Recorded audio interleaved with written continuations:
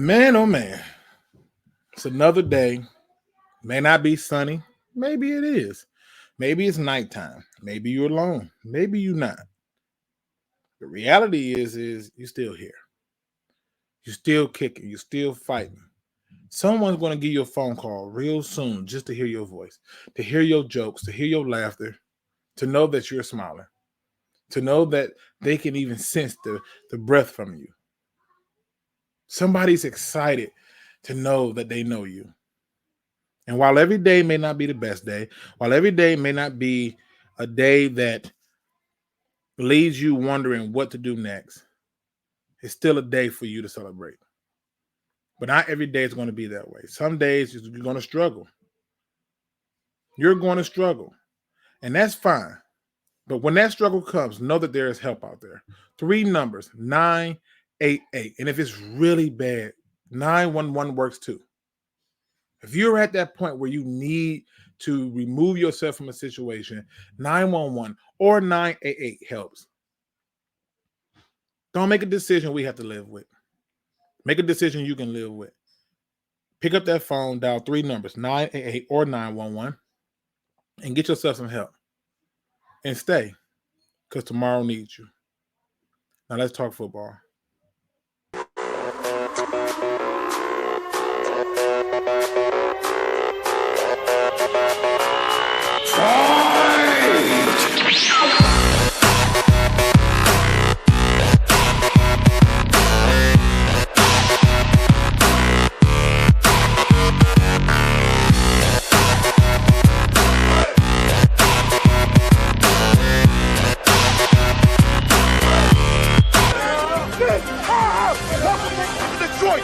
Welcome to Detroit. Mate, they're going to feel us today. We play our better football. What the thing, man?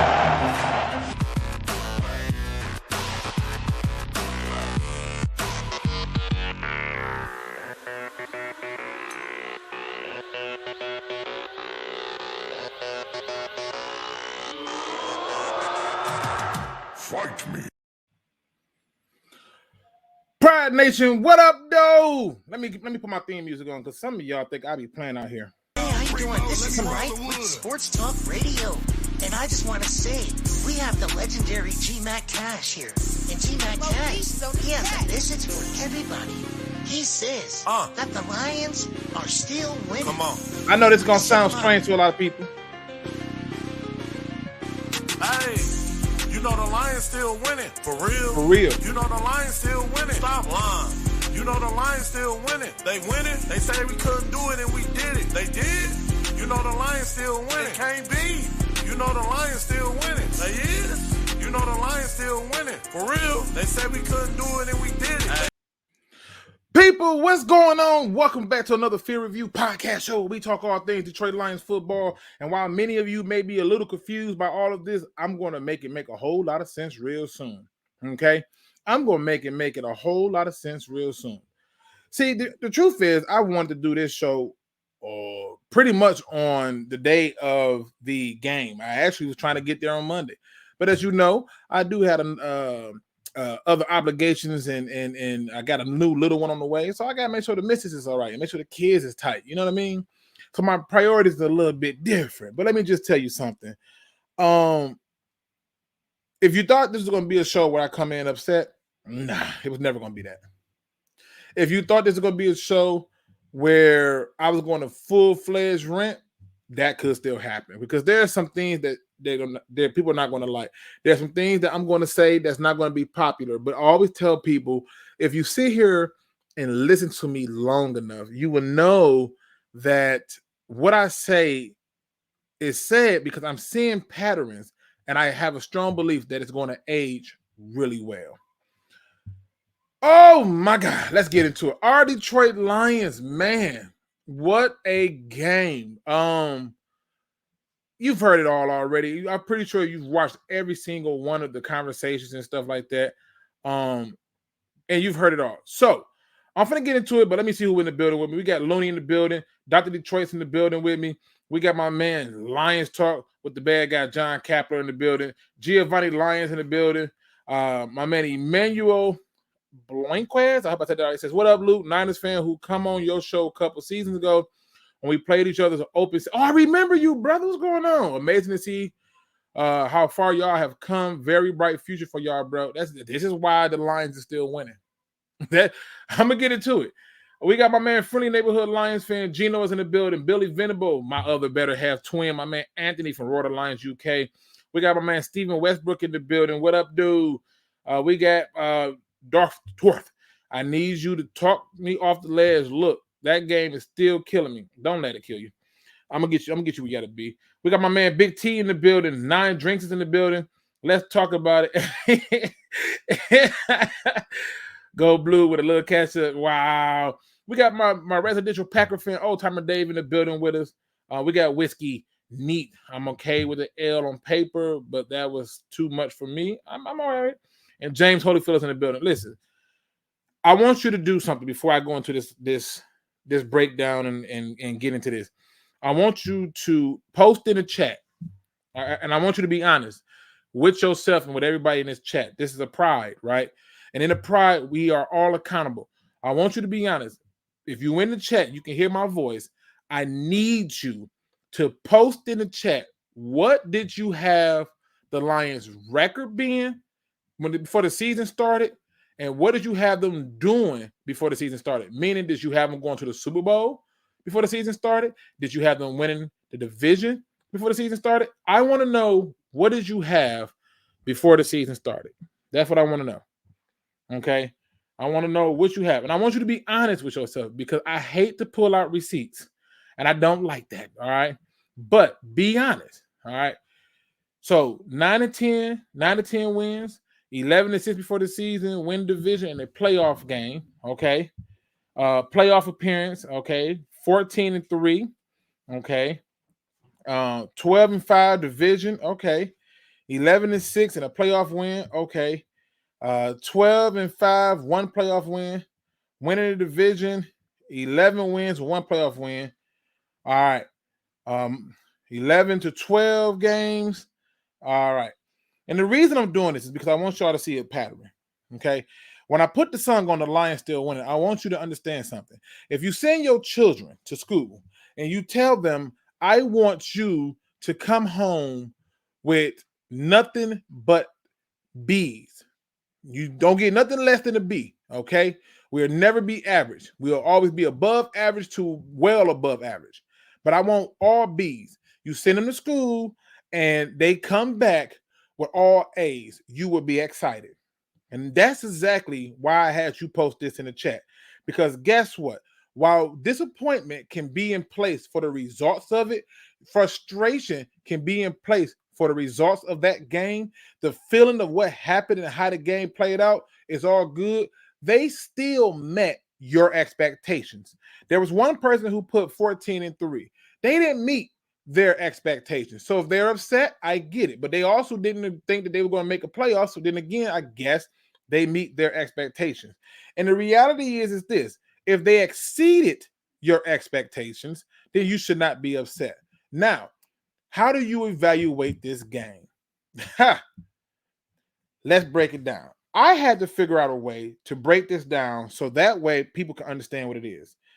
And I came up with a simple way of doing this, okay? That simple way is breaking it up into 2 categories. What they want you to believe versus what you should know. I want you to think about that for a second. What they want you to believe versus what you should know. There's a lot of things that have came out from this game that they want you to believe. But if there's one thing I want to point out to you, I want to make it very clear. All right. I want to make it very clear that everything that I bitched about, everything that I complained about, everything that I pointed out had came to roost on Sunday. Everything that I brought up came to roost on Sunday. Everything. And no one listened. No one wants to remember that. Nobody wants to talk about that. Nobody wants to believe that. I told you that if there was ever a chance to seize the moment, it was this season. And no one listened. No one listened. I told you, or your general manager, I don't care how many players he drafted in the draft, he did not make significant investments to the defense. Nobody wanted to hear me. Everybody named Mother got hyped. Oh, we got Cam Sutton and Mosley. I had people battling me for me simply telling you what they were. Cam can't cover deep routes, and he's average at best. Mosley is hurt, and he's slightly average. Slightly. And that you still needed interior defensive line help. You needed linebackers. And you know what's funny? Even though I said those things, even though I fought with a number of different people about these things, guess what? It came to roost. Don't tell me we don't need linebackers when I'm watching Brock Purdy run past them. Don't tell me that. I told people exactly how to win this game. When I came on pitching a bitch about our win against the Rams and our win against the Bucks, I was told you never happy, Luke. You ain't never happy. You just need to be happy, Luke. And I tried to explain to people, my job is not to come on here and give you fluff. If you was looking for a reach around, you needed to go find you a prostitute. I'm not that person. I'm going to give it to you the truth. And I'm going to say some things today that's going to come to roost. Yes, we can talk about how phenomenal the first half was. But let me be clear. I'm about to dispel a lot of this bullshit that's being spewed, not only from the national media, who couldn't seem to find a decency to give a real spotlight to the story. Because they didn't know what to talk about. They were happy with the way things went back. And the reality is I'm going to tell you what they want you to believe versus what you need to know. They want you to believe that the Detroit Lions lost the game because of Dan Campbell and his decision-making and his inability to be aggressive. That's what they want you to know. Or at least that's what they want you to believe, I should say. They want you to believe that. They want you to believe they want you to believe that this comes down to decision making. And yes, I have been bitching about drop passes, and yes, I have been bitching about fumbles. And no, I don't bitch about him going for it on fourth down because you know what? They were the right calls. And while that's the case, I can see how two things can be true in a lot of these cases, but let's just keep it 100 about some of these things. Watch this. I'm going to break it all down for you. Dan Campbell's decision to go for it on fourth down was not the wrong call. I don't need statistics to know that. I simply need to see how the play was designed and what happened. They had a well-played design. Your quarterback does his job, move up the pocket and throw a good ball. The receiver drops it. Well, Luke, if they take the field goal there, they go up 17. That's 3 possessions. Yeah. Well, Luke, what about the one where they had a chance to tie it up? They had a chance to tie it up, Luke, and what they decided to do was go for it again, in which there was at least 2 guys open, but we didn't execute again.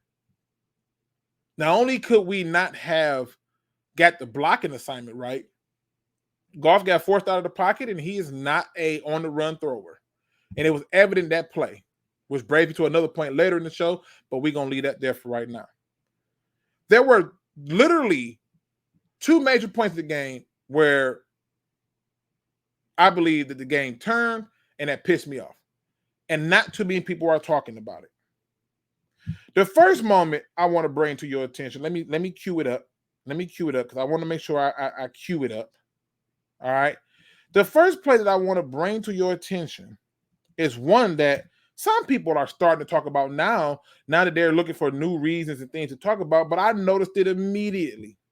And I brought this same stuff up before. Okay? I brought this same stuff up before, and nobody wanted to hear me.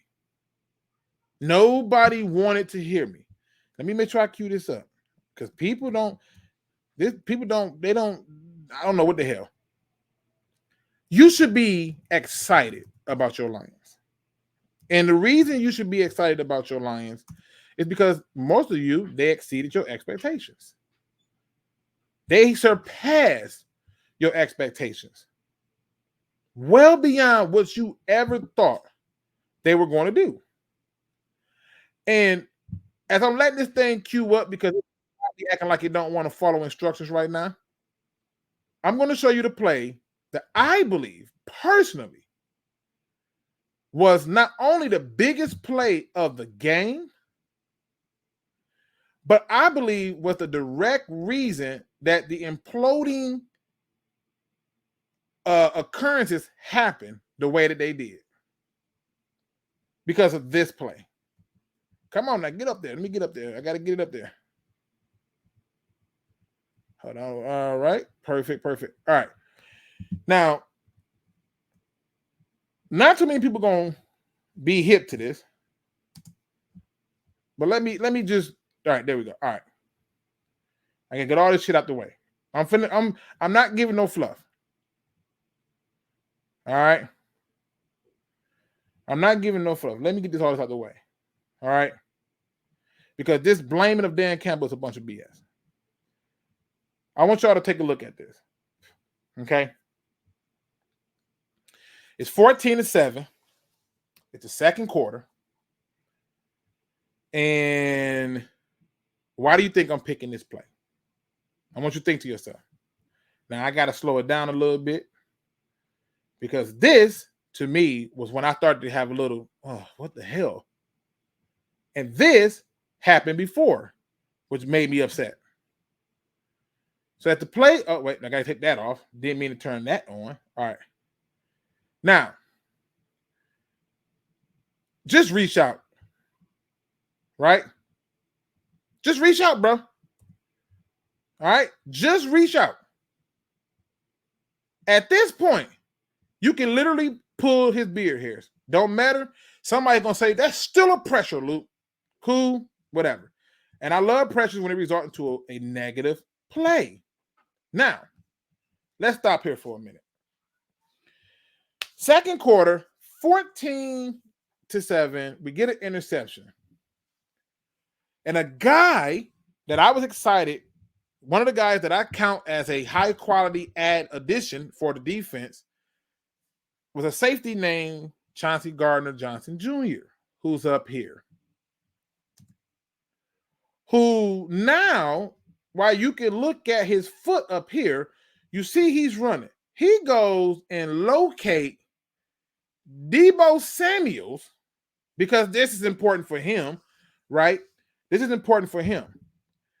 Now, I want you to see something. Let me get right here. Look where we are when he's out of bounds. All right?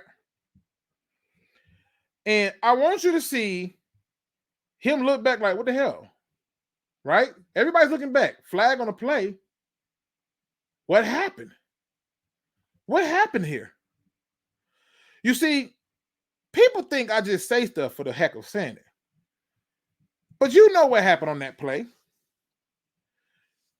Chauncey Gardner-Johnson Jr., who had been talking trash to Deebo Samuels the entire time on freaking social media, decided to take his selfish ass and make a play on somebody that wasn't even near the play. Just because he wanted to. A guy that they brought in to be a leader had a momentary lapse. Well, Luke, why is this the play that started and everything? Like, clearly, after that, they still scored, right? That's what they're going to say. They still scored, right? And that's a good thing. It's a beautiful thing. But then we get back down here. We get down here. And again, we're just not getting home. And again, I'm cool with this. Because he just didn't catch, he dropped it. Good. Now, we get the ball back. It's 2nd and 5. First, I want to get to the play that count. It's 3rd and 12, people. I want you to think about this. It's 3rd and 12. And everybody and their mama just know that they're going to pass the ball. And we do this. And to all the people who want to Chase Young, yeah, that's still aging well too. Told you that wasn't the pick. But what do I know? So now we got a first. Let me fast forward. All right, let me fast forward. Now, come back here. There we go. All right. Now we sitting up here again. And I want you to be clear. You score here, you up 21-7. And you get a sack. It's 3rd and 18. 3rd and 18. All right. And then you throw the ball here, and you get it first. What a glorious day. I want y'all to feel what it look like. It's 3rd and 6. And right again, you get it first. All right. Now, it's 3rd and goal.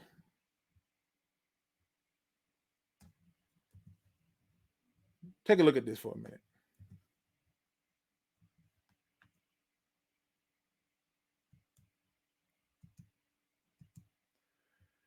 We can talk about, he slipped. We can say, he had pressure in his face. We can talk about all this. This has to be a touchdown. This is the 2nd biggest play of the game because now we're having to settle for a field goal. Now, each of these things that I showed you had nothing to do with Dan Campbell.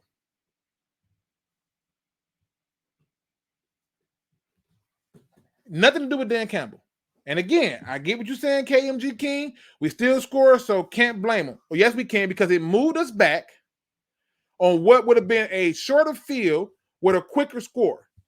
Now, you go and get that score. Obviously, it's time left on the clock, but their spirit is broke because they did that. They got a quick score again. Then we come right here, don't execute again. So essentially, we have about 4 to 5 major moments in the game that break down. Now, why is it that they want you to believe that this was all on him? It wasn't. I want you to think about how many steps it took, how many things had to happen for them to even get an opportunity to take the lead and now make us chase them. You had a running back fumble on a poor exchange, and they want you to believe that, but the reality is that loss was more about the players than it was about Dan Campbell. It's not Dan Campbell's fault that Chauncey Gardner-Johnson Jr. don't know how to tackle no more, getting stiff arm all over the place. It's not Dan Campbell's fault that you got a cornerback who should not be on the fucking field for anybody unless he playing special teams to go run down there and fill a lane. It's not his fault when players don't execute. And they're going to try to convince you that it's on him. Now, again, if you believe it's on him, I'll let you have it. You're in an emotional state of grief, and I'll let you have it. But look at the number of plays that our players didn't execute on. Now, I got to find this video. Because this video really made me proud. Because this tells me this was somebody who watched this game. You see, they was in it. They were on it, and they were focused about the game. Let's hear what one of my favorite people had to say about this game. Okay? And I'm not saying about one of my favorite people. It's because I believe that there's a reality of truth to how he speaks and why he speaks. So give me a second. I'm getting everything queued up.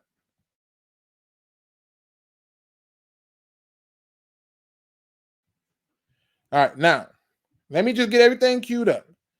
My man Rex Ryan had a strong opinion, and I can't help but to agree. Look themselves in the mirror and say, why'd we lose this game? We gave it to them. They absolutely gifted this game. And it drives me crazy because I'm going to say something. They had the best offensive game plan of anybody, of any game this year. They were bludgeoning this football team. And quite honestly, right before half, if Jahmyr Gibbs doesn't slip, they go up 3 scores on the screen. That's a touchdown. If Goff doesn't, miss it too on the same drive, it's a touchdown. Yeah. However, at the end, okay, people are going to point to Dan Campbell about, he shouldn't have gone for this. Yeah, that's because we have hindsight. I know what he's trying to do. He's trying to knock this team out, okay, and he doesn't.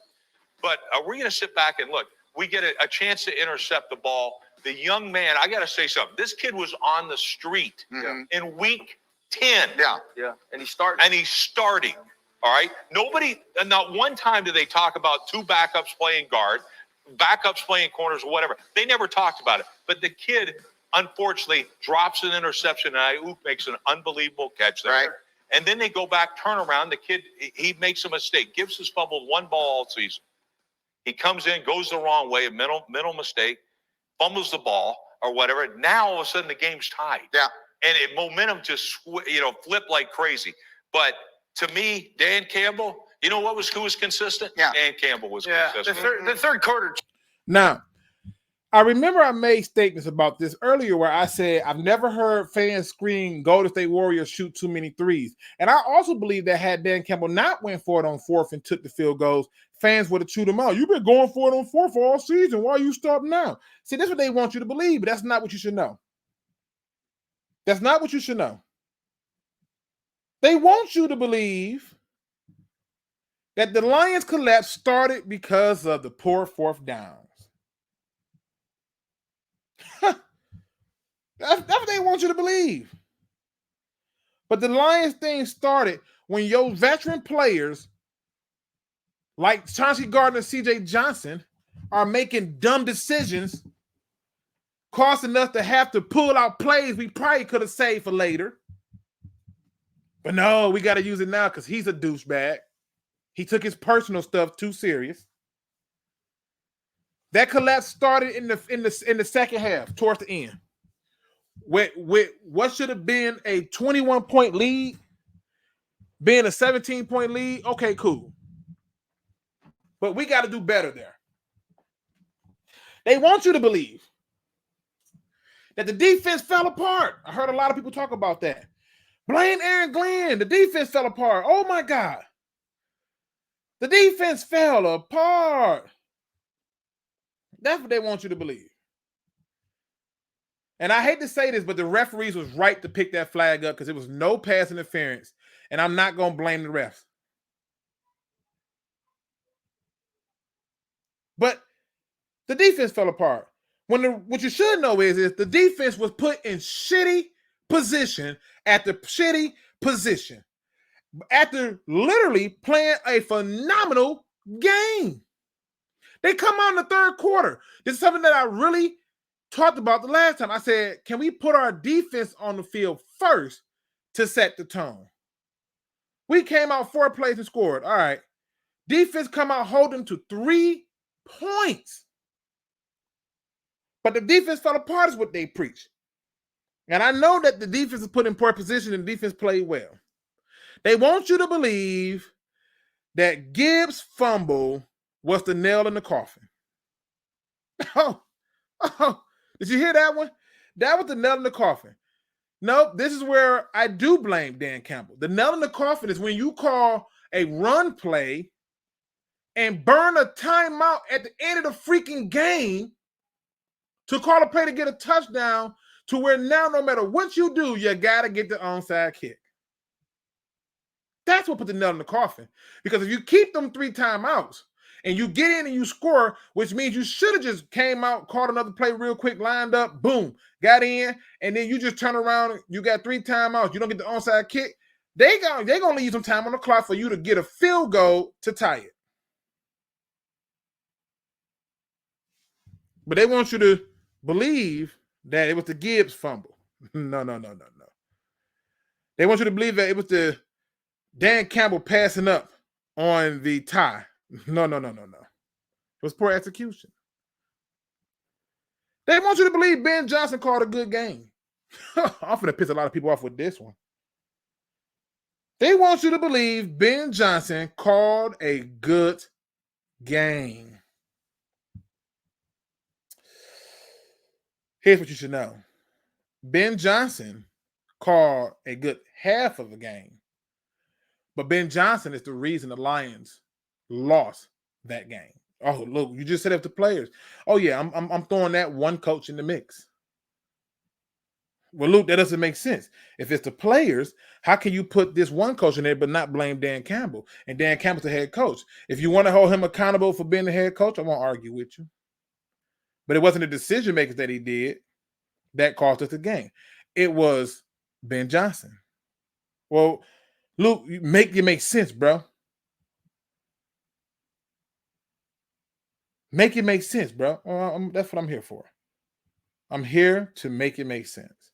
In fact, I'm excited to make it make sense. So let me bring it up on the screen. All right? Let me bring it up on the screen. I want people to understand something. And Amara said that. I didn't even get a chance to watch it, but that's what I saw.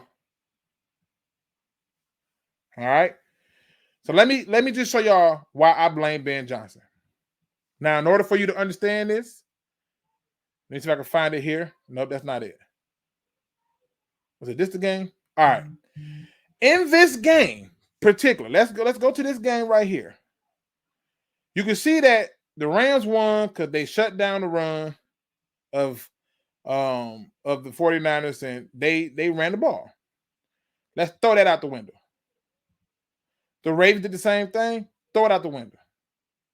Bengals, same thing. Throw it out the window. The Vikings. The Vikings. Same thing. Throw it out the window. All right? The Browns, people, same thing. Right? Throw it out the window. Luke, why are you blaming Ben Johnson? Well, in order for me to blame Ben Johnson, we got to go back a little bit. Because I'm going to give you some things that I've been pointing out that I don't think we've been talking about. Let's talk about halftime numbers. Okay? Now, if you watch that game, you will know that the Detroit Lions in that game, hear me on this, the Detroit Lions versus the San Francisco 49ers in that game ran the ball 21 times for 148 yards. That's a 7-yard average and 3 touchdowns. 21 times.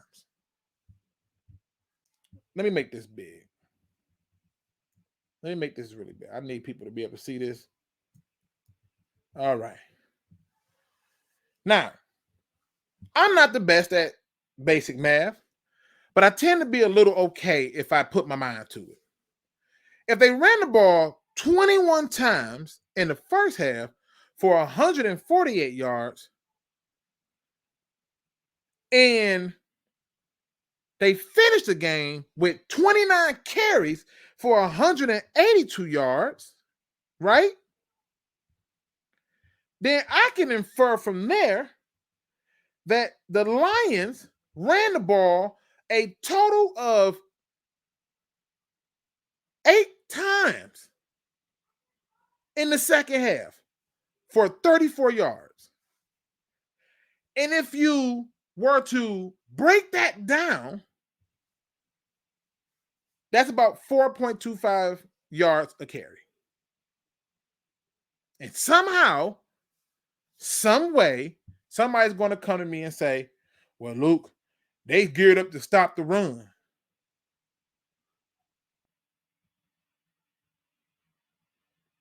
Like, that's what they're going to say. They geared up only to stop the run. But yet, they didn't. And here's the funny part. They stopped the runs. They stopped some of our runs earlier in the game, and we still kept feeding the damn ball to the running backs. So how come we get into the second half of this game, a game where you have a 14-point lead at this point because they get a 3 and out, and they get the 3 and out, and they take a field goal,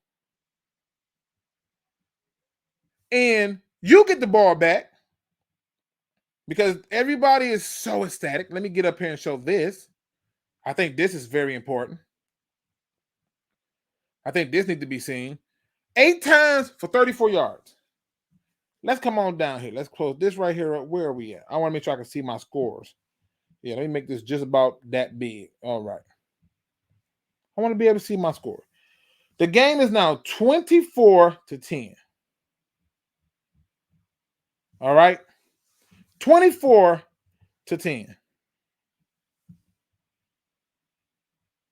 Let's look at what the Lions do. This is our first possession. Let me make this a little bit big because I want people to see this. I want people to see it. All right. First possession. 1st and 10.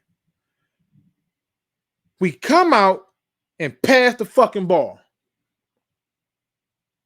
For what?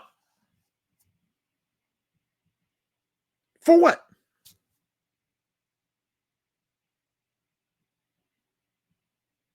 What's the point? We come out, we pass the ball, we get another first down. All right, cool. We run the ball. Pick up 6 yards. Now it's 2nd and 4. Then we get a penalty that gives us the first down. Cool. And we run the ball, giving us 7 yards. 2nd and 3. And we run the ball again, giving us another first down. And now we throw the ball. Incomplete, deep. I'm almost sure that's a drop. Then we throw the ball again. Pick up 6 yards. Then we try to run St. Brown up the middle, and it's and you know, we get 2 yards. Then we get the 4th and 2, where Dog drops it again. Okay, cool. Shit happens, right? They come down and get a touchdown, 24-17. You still have the lead. At this point, now he's back to wanting to run the ball. We get the fumble. All right, cool. It's 24-24. And at 24-24, you know what I'm thinking? Fuck that. It's 0-0. Game plan still stands. There's no reason for me to panic. The run game is still in play. They come back out, run the ball again. And they run the ball and they get 1 yard. And it's 2nd and 9. And we pass it again. It's 3rd and 9. And we pass it again. You ran on 3rd and 12. All right? Cool. So even at that point, I'm like, all right, boom. Defense. You know that defense they want you to believe fell apart? Holds them to 3. All right. Let's see how he calls the plays here. 1st and 10. Deep pass for 22 yards to Jamison Williams, which I'm surprised he didn't get interception. So kudos to Jamison for being a beast and pulling that ball out. But it's 1st and 10. We run the ball. We get 16 yards. It's 1st and 10 again. Pass. For what?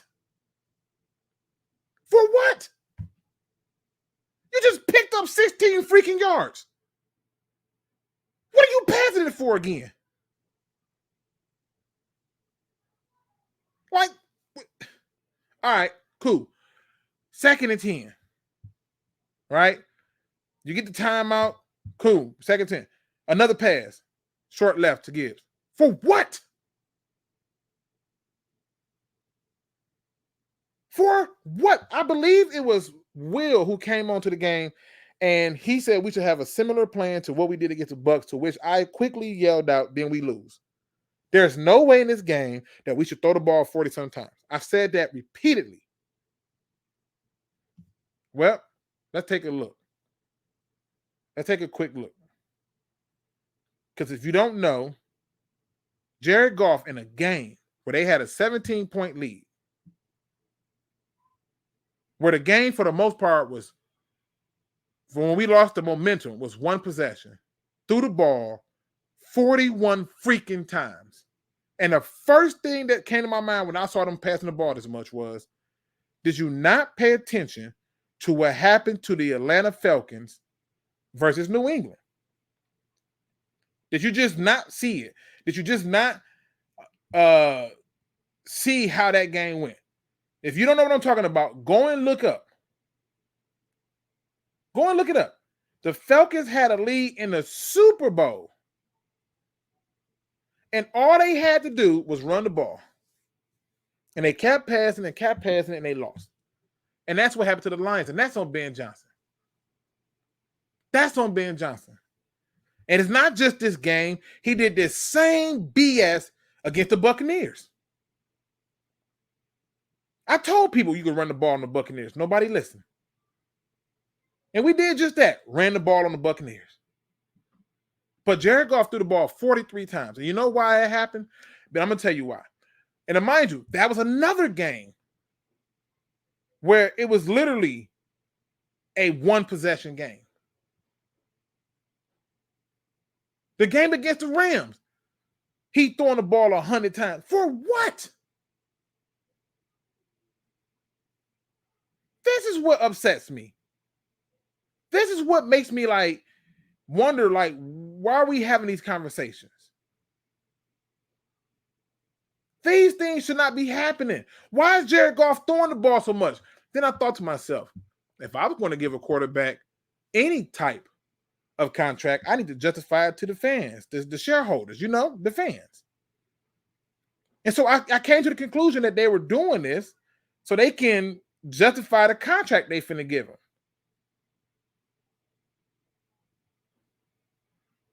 But you lost the game because your offensive coordinator did what he did all season.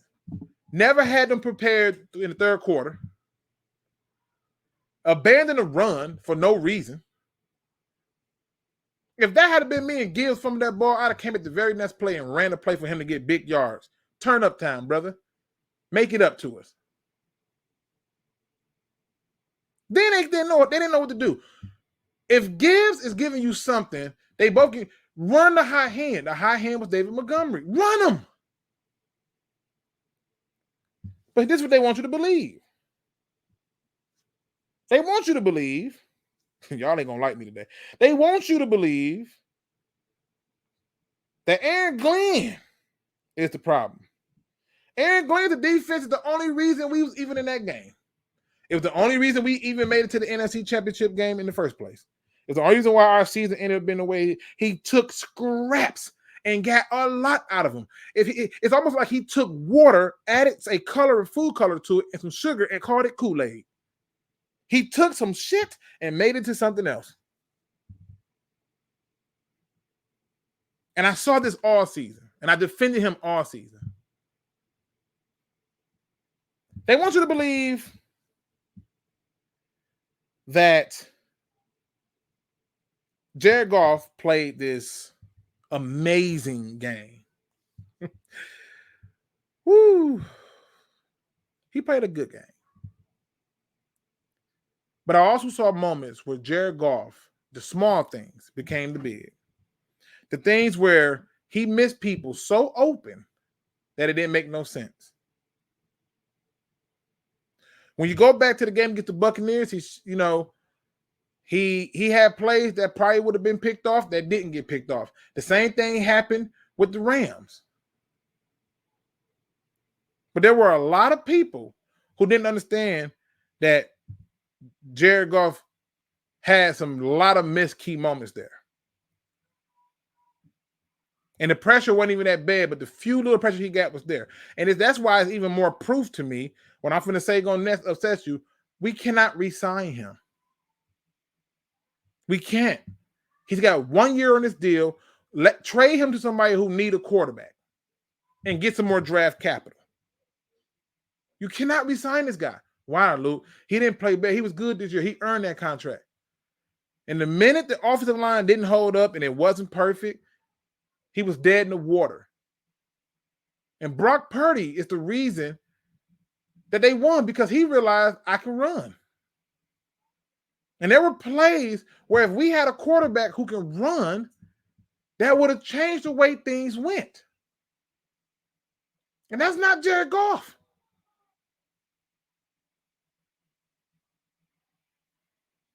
That's not him. Brock Purdy shows you what it looks like. The very play. Let me show you the play. Let me show you the play. I'm just going to tell you what it is. The play where he's rolling out from the pressure and trying to throw on a run and the ball don't even get to a receiver who was basically open and it comes up short, that's proof positive. Some of them sacks that he took, I was okay with 2 of them. Oh, no, that's a good sack. Don't force nothing. We got the lead. But I'll be damned. When the game needed something extra, some oomph, a little funk in it. You ever go somewhere and you get some food and the food usually be good, but it can always use a little bit of salt, a little bit of pepper.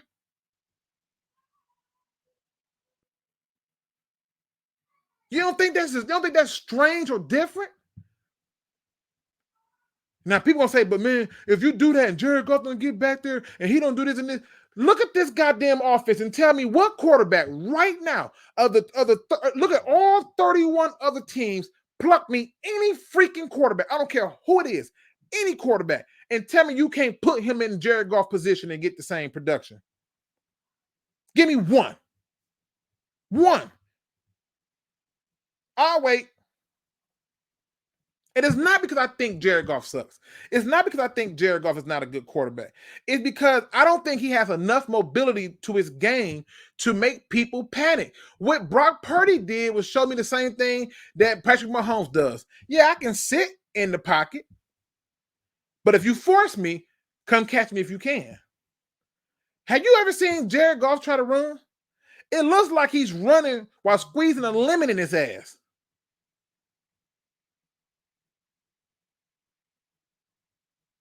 You need somebody who can give you a little oomph.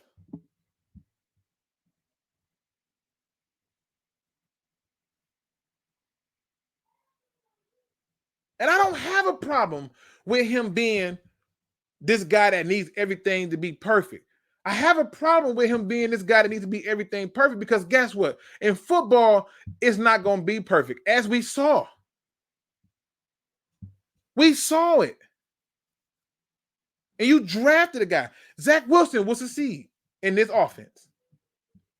I guarantee you Zach Wilson will succeed in this offense. Well, Luke, you can't say that he didn't succeed in the other. He didn't succeed in the other because he didn't have the offensive line.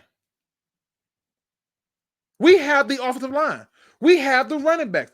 If the Jets had the offensive line with the run game, with the receivers, like how we got, he will succeed in this offense. Because you're not going to ask him to do the games. To do what you asking Jared Goff to do. You're not going to ask him to throw the ball 41 times. And the point I'm trying to make is, again, not me knocking Jared Goff, but me pointing out to you that Jared Goff is good. But you just need to ask yourself, tell me somebody else couldn't do what he's doing. Tell me that we couldn't have used a mobile quarterback yesterday. On Sunday. Tell me that. Tell me that, and I'll show you a liar. Almost all the teams in the NFL, and I've tried hard to look, have a quarterback who can get the hell on. Minus the Vikings, who got Kirk Cousins.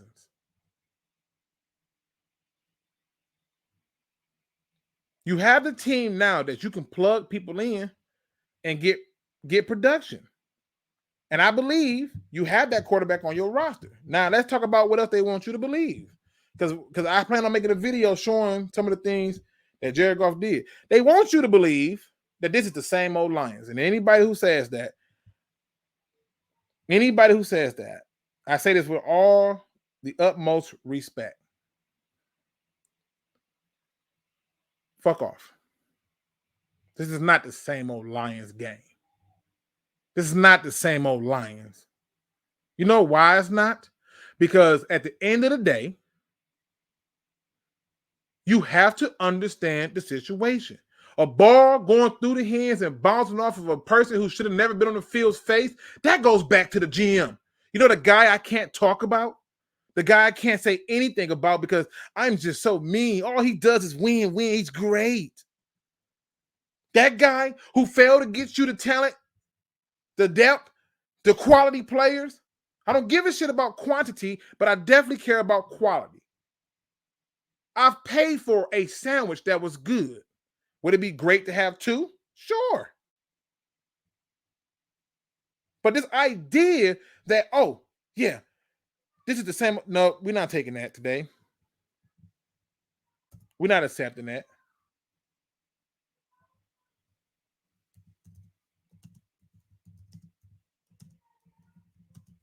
We're not taking that. Because that's not what the reality is. Now, I put the link in there. If you want to come in and talk your talk, feel free. But I want you to understand something. I'm beyond proud of the Detroit Lions. I'm happy for what they were able to achieve. They exceeded my expectations, and I'm beyond happy. But you forget, and this is one of the things that my man Emmanuel brings up a good point. This game was won by experience. If you don't believe me, go and listen to the mic'd up version. If you got Netflix, go watch the Inside the NFL that comes on CW.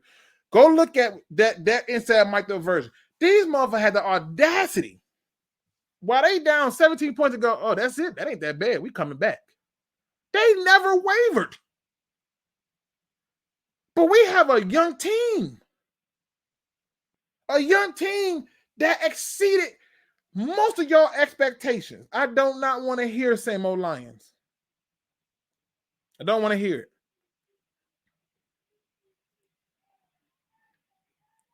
Because here's things that I know they want you to believe this. They want you to believe the 49ers beat the Lions. Now you're going to say, but they did though, Luke. That's not what I mean, sir. Or ma'am, if you're in the building. That's not what I mean. What I mean is the Lions beat themselves. You up 17 points, 3 possessions. It took fumbles, missed passes, and drops, and everything else to happen. And yes, did the moment look like it was too big in the second half? Yes, because your offensive coordinator thought it was better to throw the ball than run. And people lost their mind with Dan Campbell said this might be our only good chance. He wasn't saying it like that. See, this is the problem with y'all. Because half of y'all was calling him a meathead. Half of y'all was talking trash about him. Oh, he's the problem. He's the problem. It's him. It's all him. Half of y'all was doing that.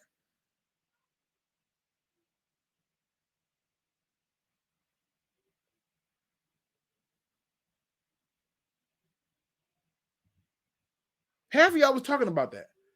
And what you fail to realize is he was still coaching in a press conference. You just missed it. He was still coaching in a press conference. When he said this might have been our best chance, this might have been our only chance. He was coaching. When he said, I don't know how we got here. I know it's going to be harder next year. He was coaching. Because that message wasn't for the media. That message wasn't for the fans. It was for the players. Those of you who are going to return, do not think it's going to be easier. We got work to do. The road gets harder. Nobody's going to sleep on you no more. Nobody's going to play down to you no more. Nobody's going to act like this is something new. You're not expected just to win a couple of games. Your expectations go up.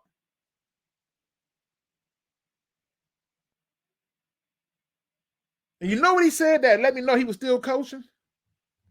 He said to them, I told them, don't forget how I feel for them to rush you off the field, telling you get the hell out the way, to set the stage up for them to celebrate. Don't forget the crowd noise, the screaming. Don't forget how they were treating you. Don't forget this feeling. He was coaching. And they want you to believe that it was his aggressiveness and decision-making. You take the points. Well, let's play devil's advocate then. Since we playing that game, since we just going to play, well, here's what you could have did. This would have been this if we did this. Or if he don't miss a field goal early on in the game, then the score is 7-3. And they're still feeling confident. They were still highly confident being down 17 points.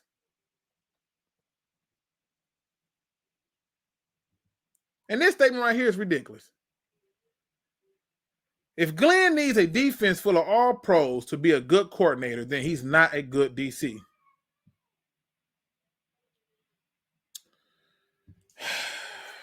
Jesus Christ. Really? This the response? Really? He need an all-pro defense? How about you give him some actual fucking players in positions that are very important and needed? Like another interior D lineman. How about you get another or a better quality corner and some depth in that position? How about you actually give 2 flying nickels and get some more help to help the pass rush? Y'all always swear up and down Aiden Hutchinson getting doubled and triple team, but I got them freaking highlighting him getting bodied by a tight end that he's bigger than.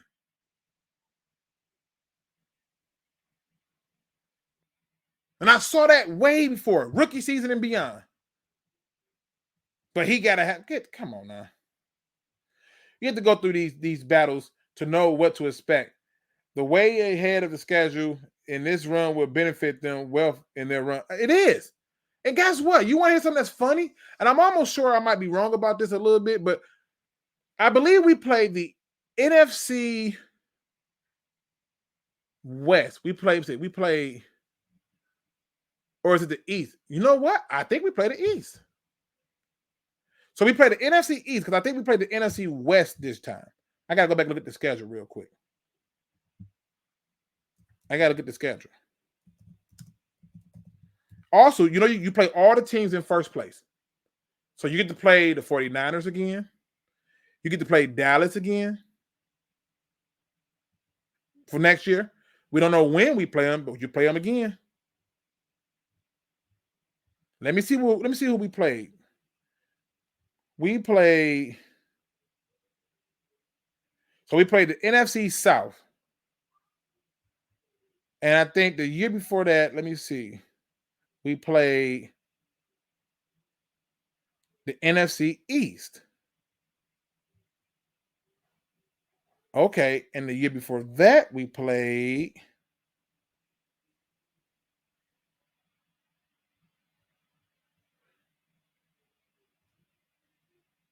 one, two. So we are going to play next year the NFC West. So you're going to play the 49ers, the Rams, the Cardinals, and the Seahawks, right? Based on how the schedule rotates in 2024. Okay? And AFC teams, nonetheless, I literally sat down and figured this already out. Next year, I already got us at a guaranteed 9 wins based on opponent. Just putting it out there. Already got us at 9 wins based on opponent. And that's another point. Thank you, Lionheart. While you talking about he needed a bunch of all-pro defensive players to be a good DC, name one all-pro defensive player on our team. You're going to have to name a guy that wasn't even on our team when he made all-pro. D-Map Zoom, what up, though, brother? What's going on, my brother? Not much. What you got? Come on, make this quick. To be honest, I wasn't surprised they actually ended up losing that game because, of course, they got a little overconfident. They had a lead. They were feeling themselves. Once that dreaded third quarter came, I'm like, we're going to really see what they really about. So now the real test begins. And lo and behold, 49ers came back, punched them boys in the mouth, and they couldn't recover. They just couldn't. It was one thing after another that kept happening. I'm like, yeah, I am not surprised, honestly. I'm really not. And to me, I get it. You know what I'm saying? I get it. I just think that there are a number of things that, how about I put it this way: the game switching up and changing really affect our young players more than I thought, because even Laporta had a drop. But my problem with Laporta's drop was I don't like where the ball was placed. Right? Yeah. So he pretty much had to stretch out for that one, didn't he? Yeah, and then but you threw him in. Now, first of all, Fred Warner's a different beast. I want to make sure I put this out there. Oh, he's a beast. He is. He's a different beast. Like there's no way you can not see it. He's just a different beast. All right, but that ball and where it was placed did a disservice to us as a team, and I really wonder, like, what was the thought process behind this? Okay. Yeah, I don't know. Right? Because think about it, right? If you were to look at how the game play out, you have to ask yourself, why are we passing the ball so much? That's what made no sense to me. David Montgomery was literally tearing them apart, getting 5-6 runs at 6 yards a carry, and they go away from it. I'm like, no offense. If something is working, why would you go away from it? Make it make sense. But we did it all season though. And I would come on and I would pitch a fit about it. And I would get told, shut up. You never happy. Oh, this is like, bro, like the goal is to watch the game like you're preparing for it. Like, come on, man. Like, trust me, once I saw they start throwing multiple passing downs, I'm like, why? Why are you going away from something that's been working and they've been having struggling time trying to stop? I guess you didn't learn from the game when Aaron Jones was tearing them apart. I guess that's what you're telling me. Along with some of these other teams that beat during the regular season, like they beat them because running the ball. Like, why would you go away from it? You probably have one of the best rushing attacks in the game. Make it make sense. And that's what I'm saying. These are all the things that we're talking about. Like shout out to my man One Proud 40. He's like, break it down like, oh, we got people who balled out and stuff. And I'm like, I hear you, but the question wasn't who balled out. It's name these all pros on defense. Because I can name you the all pros on offense. All pros on defense. We don't have none. Yeah, I was like, I don't remember seeing any offense. Yeah, defense. I don't think I've seen any. We don't have any. It's like it just made no sense to me. Like, what the heck was becoming pass happy, then trying to be cute? Like, I'm sorry, but in the NFC Championship, there's no time to be cute. Like, dude, clearly the rushing attack was working. You were using it in the first half, and you literally tearing them apart. Why would you in the second half go away from that? And that's what blows my mind. 8 rushing attempts in the second half, bro. Like in the game that you had the lead. Like you had the lead, and you came out passing. They like, oh, they was loading the box. So what? And what's that supposed to mean? Shoot, make them have to stop you. What? What's is that? And you look at the runs, we wasn't doing a lot of the toss plays and pin pull plays like we was earlier in the game. Come on. I'm just making the point. It's like, if it ain't broke, don't fix it. And then what really makes it worse is that whole third quarter, St. Brown did not get that ball not once. They didn't even attempt to give him that ball. Like, how does St. Brown of all players don't get that ball at least once? Or maybe, actually, you should get at least 3 times. They didn't give it to him once. I'm like, so... Like, I just... What y'all doing again? The game, to me, go back, you can see multiple histories of this happening where teams who have the lead are still passing the ball too damn much, and they lose. And one of the worst ones came against... That's another thing. They wanted to believe that this is one of the worst losses because of how it happened in the comeback in in the NFL history. But I'm like, you forget the Super Bowl where the Falcons had a lead. Falcons sat here, blew a freaking there's a freaking 28-3 lead. Like that's no excuse, man. Us, we had 17-point lead. That's one thing. But them, they were literally up by almost 30 points. Almost 30 points on them. And they let them the freaking Patriots not only come back, but beat them. That's something else? Something else that they didn't talk about though, which I love. Come on. But they didn't talk about this. shout out to our training staff, and I'm gonna tell you why. For the most part, even though some people out there were still playing hurt, a lot of our players were still available. Like, we got people who came back and was playing through injury, but a lot of those people were still available. So shout out to the training staff. I thought that was a great thing. Yeah, they cut them boys up already. Yeah, they but did. I mean, like, yeah. That's true. Like, literally, a lot of our guys were actually available pretty much the whole season. And again, I want you to think about this. You got a 17-point lead. They worked. You was way more balanced in a game that you was barely keeping a lead in. And then in this game, you get completely unbalanced in favor of passing. For what? For what? Listen. Let me give you another stat. Let me give you another stat. I have no idea. The game is really in your hands. Why would you go away from what was working in the first half? So it was like clearly the run game, they couldn't stop it. You were struggling with stopping the run game. Why you go away from it? Make it make sense. See, I'm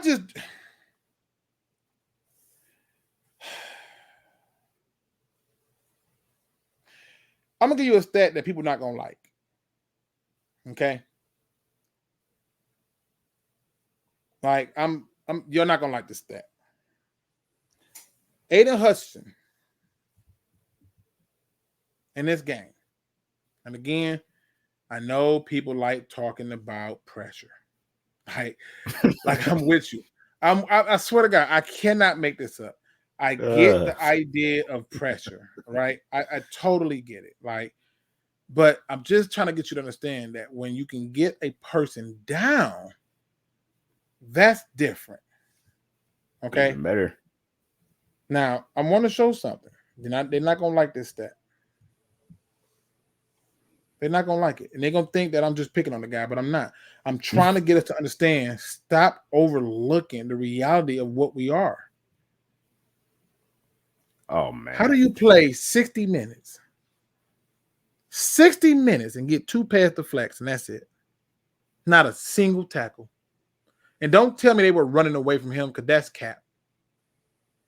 They literally had him going up against the other tackle. He did nothing against him. Wow. They gave him one-on-ones with the tight end so the tight end can body them. Literally, everybody else on the line did something more than he did. Like, Hutchinson literally did nothing. Like, again, he's played in big games. I get it, but not at the NFL level. I get it. But I'd be damned. Not a single tackle? Not one tackle, man. Come on. Come on, Hutch. Like, nothing? Bro, he literally got absolutely nothing. Like, what the hell? You bet you just there just be a decoration or something? Like, come on now. So again, I'm not picking on him. I'm just giving you some stats. Hey. At halftime, right? I want you to see this. Brock Purdy at halftime was 7 of 15 for 93 yards and an interception. Right? 93 yards and an interception. Let's go on up here. Let's go on back up to the top. And he in a game, in a game where you're up 17 points, your quarterback still threw the ball more than the guy who had to come back. It makes no sense to me. It makes no sense to me. Like, what the hell is the point of having one of the best rushing attacks in the league and you don't use it? It's like, you use it in the first half, you was literally tearing that defense apart. But then decided to go away from it in the second half, started to get pass happy, started to get cute. It was like, what the hell was the point? Watch this, y'all. Watch this. In the first half, and this is including a attempted run from Brock Purdy, 13 carries, 38 yards as a team. 10 carries, 29 yards for Christian McCaffrey. Okay? They finished the game with 33 rushing attempts. More rushing attempts than their quarterback who threw the ball. Didn't our team. I'm finna say something else they're not gonna like. D-Map. They're not gonna like this. I'm gonna say this. I'm not happy that Ben Johnson came back. I'm not. I appreciate everything that Ben Johnson did. I love what he has done for this team, but I was really hoping that Ben Johnson would take a head coaching job. And my reason for that is not simply because I don't like him. It's not because I blame him for this loss, even though I do think he's the cause of that loss, refusing to run the ball. But it's because I believe that people have figured him out. Don't know why. I do. I believe that he has been figured out by defenses and stuff. I say probably. It's a good possibility.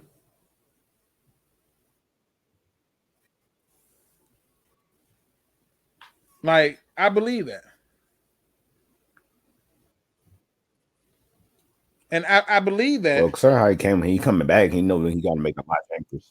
He got to make a lot of changes. But that's what I'm saying. Everything that I talked about, everything that I pointed out, it came go shake down Charlie pretty much. And it bothered me because I'm like, yo, we really could have did something so different. So different. And it just bothers me. Now, let me bring this up because he's asked me to bring this up. I don't know why he's asked me to bring this up, but again, you know, we hype up the things we should not hype up, and we don't, you know, like I know what cost us the game, right? And I'm okay with it. They exceeded my expectations, but I get it. You have the right to be disappointed, frustrated, and aggravated. Now, I was asked to bring this up, so again, it's about perspective, right? But again, I just want to do it. So one funky says, bring it up. George Karlaftis, 4 total tackles, 3 solo, a sack, a tackle for a loss, a quarterback hit. I mean, you got to get home. You know. You know. I mean, I was saying your boy Holmes know what he need to do. Especially for the defense. He knows what he need to do. And again, I'm not blaming him without Hutch be total shit. I disagree. Wholeheartedly. There's no way. Are you crazy? No one figured out Ben. He's had a top 3 offense the last 2 years. Yeah, he has. He has. And look at our schedule those last 2 years. Seriously. Look at them.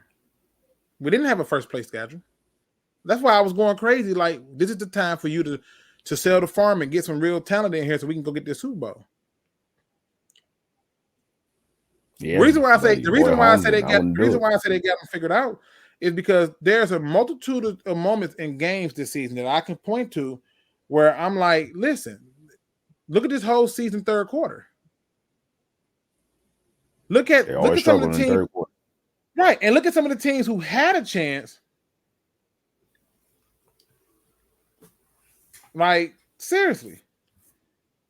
They've been struggling in third quarter every time. Like I get it.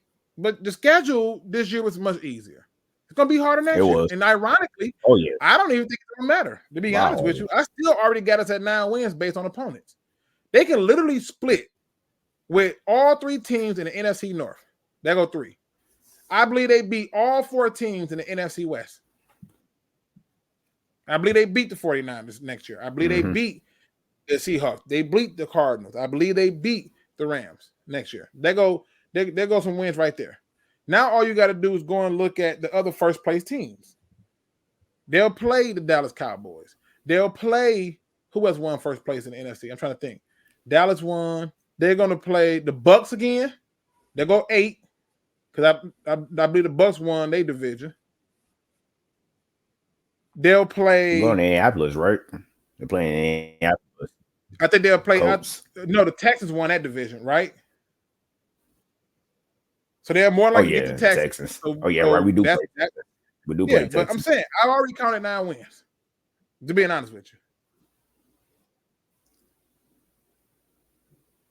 So I'm just saying. Again, I'm just saying. Third quarters ain't been pretty. He hasn't rolled the hot hand when he was supposed to. And yes, made no sense to me. Aiden Hutchinson does need help, but nobody helped him when he's getting buried versus George Kittle. I'm just saying. Man, George Kittle manhandling that. George Kittle manhandling. And again, I'm only bringing up points to tell you this. I'm not telling you I hate Ben Johnson. I'm not telling you I don't like Ben Johnson. I'm telling you I don't like that he came back because I do believe he has been figured out.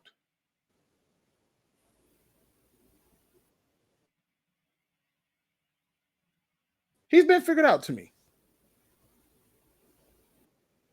It's like come on. You have a lead, bro. You got to run. How did they outrush you? You ran the ball 21 times in the first half. They ran it 13 and still ran it another 20 times on you. And they were the team that were down.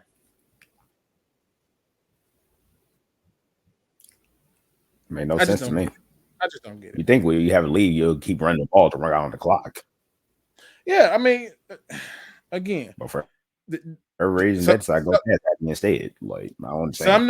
Something else they want you to believe. They want you to believe that that this Lions team missed its only shot. That's cap.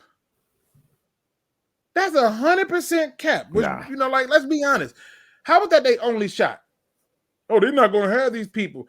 Nobody besides me and Old Timer Dave picked the Packers to beat Cowboys, and it happens.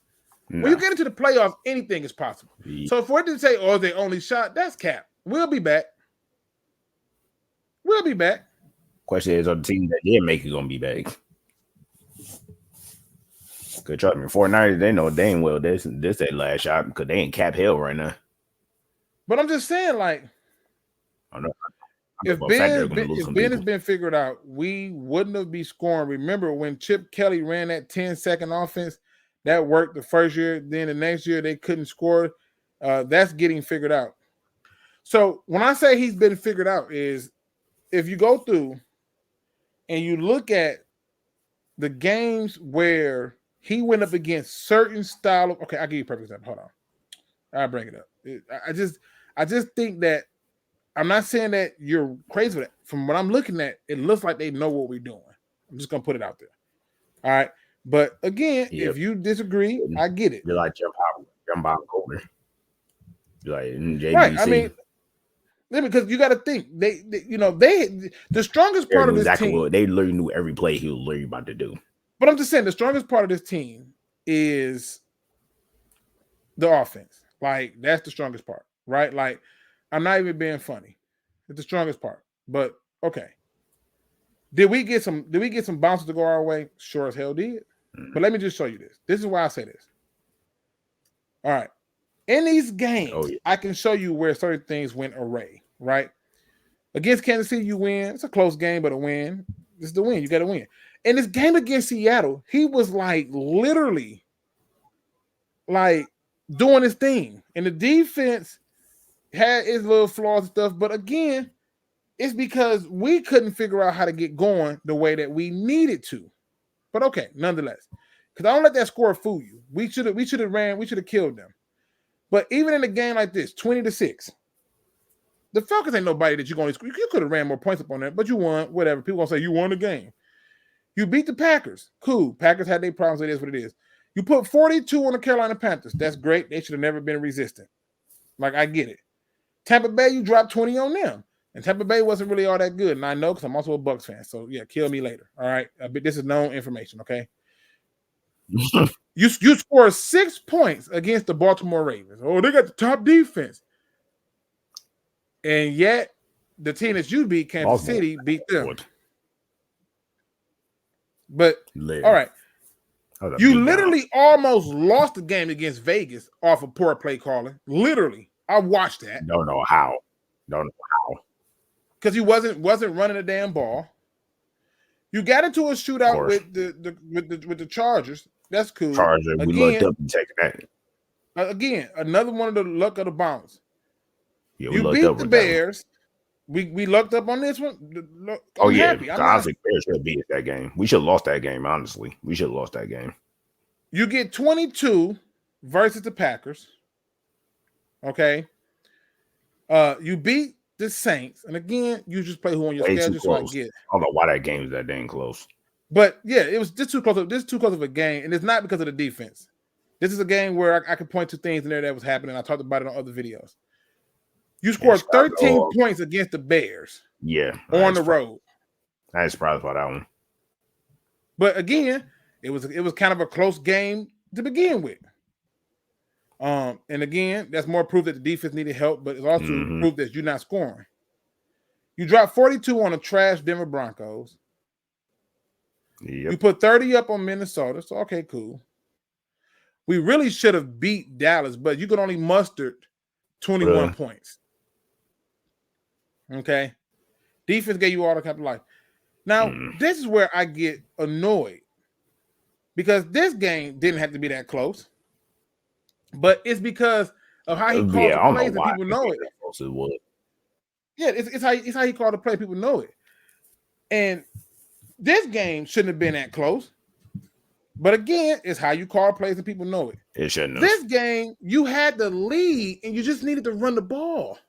You did it 8 times in the second half. Run ball killed the clock. So when I say that, he just gave that game away. So here's the thing. Again, I get it that people they're gonna have. Williams say the 5th most points per game on offense, 25th on defense.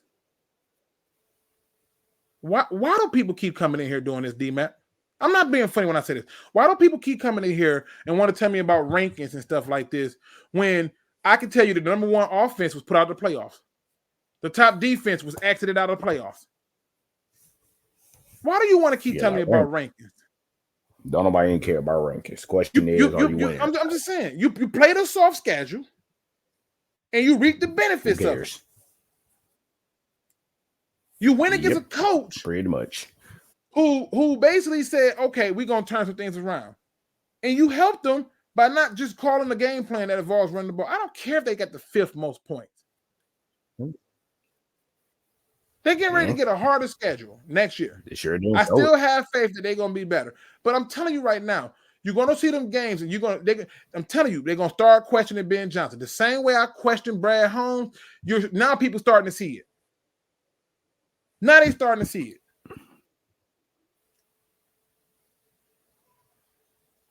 That's all I'm saying. They loaded the box. Why? Because they are not afraid of the passing game. Although the season's offense sucks, Ben Johnson and Goff need to come up with something. No one is saying anything about this. I believe it's been figured out. And 2, I believe this, and I could be wrong. I believe that if Ben Johnson is who I think he is, you know what I'm saying? Like, if he's who I think he is and stuff, he will find a way to learn to stick with the hot hand. People are not going to like that. You think he will learn that already?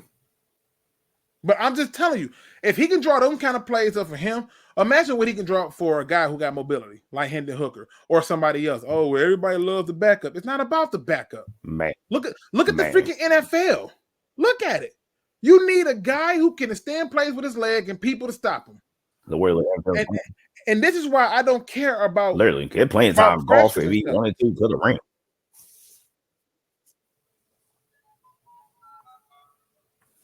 Yeah, we should have blew their asses out. Turnover after turnover because we doing stuff that we shouldn't be doing. All this ranking stuff. This is what people who work at Pro Football Focus do. They sit up all day and go, this person had this and this grade. They brought grades out for the Lions game. I swear. And they gave the lowest grade to Chauncey Gardner-Johnson. And I was like, I don't care about this. I don't care. This stuff don't mean nothing. It's not important. This is a guy who operates off of play action and good protection. You cannot do it.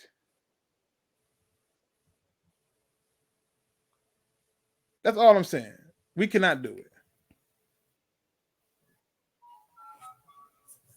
It's all right, man. I'm about to head up because appreciate you, brother. Showed up. I appreciate you. Now again, no problem.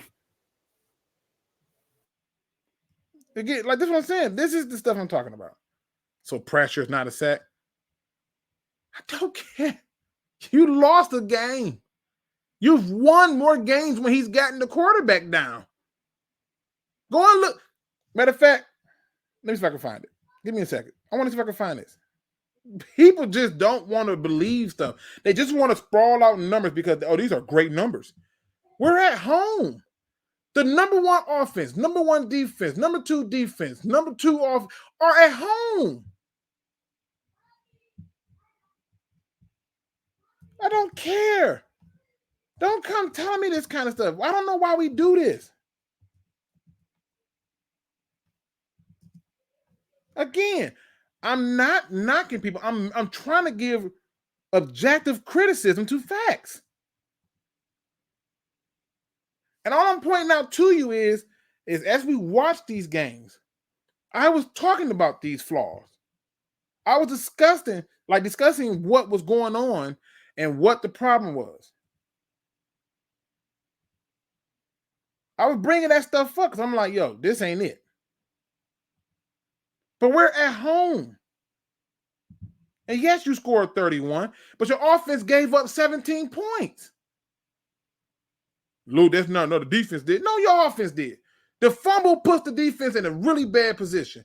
The inability to look at the fact that they put points on the board and got stops, and you just couldn't do much afterwards because you decided to pass happy.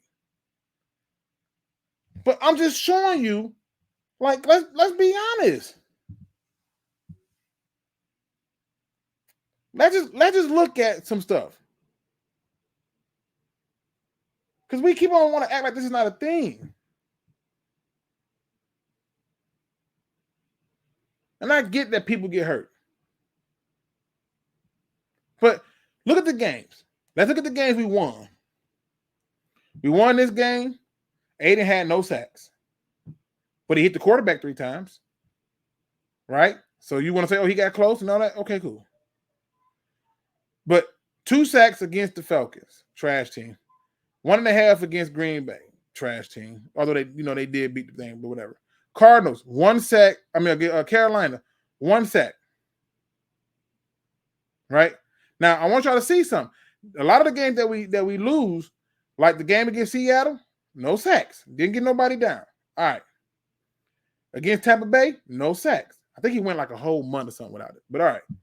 But again, there was other parts of the team that was getting off. All right, cool. And people are going to lie and say it's because of certain things, but I don't buy into a lot of that BS. Against Baltimore, look, he tackling up a storm. No sacks. Against the Las Vegas Raiders, no sacks. Got 1 tackle. Right? All right.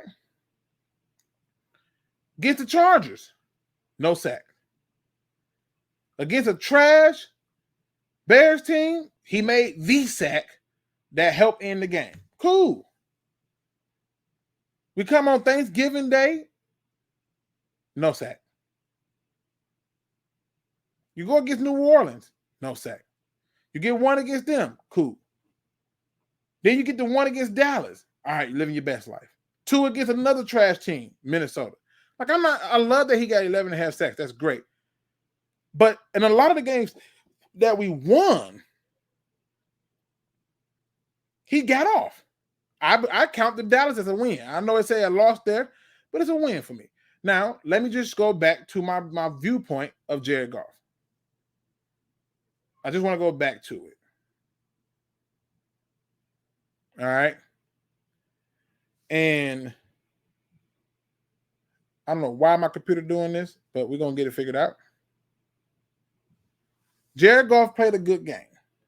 All right, this thing acting stupid now. Let me get this together. Let me get it together. Hold on, y'all.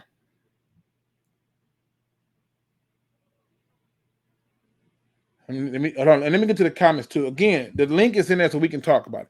I'd rather have a quarterback. I'd rather have a great pocket passing quarterback over a mobile quarterback because mobile quarterbacks get hurt. Yeah, but that's why Lamar lost, because Lamar tried to sit his ass in the pocket. I get it. You have to. This is what I mean by a good quarterback. Brock Purdy picked the perfect times to run. I'm not saying he's the greatest mobile quarterback, but he picked the right time to run. Patrick Mahomes is really good at it. He picks a lot of the right times to run too. All right. But I'm not looking for you to just go out and get a guy who's going to run all the time. I'm not looking for that. But look at people like TJ Stroud. He knows when to run. All right. The key to getting to a Super Bowl is getting there before you have to come out of pocket for a quarterback.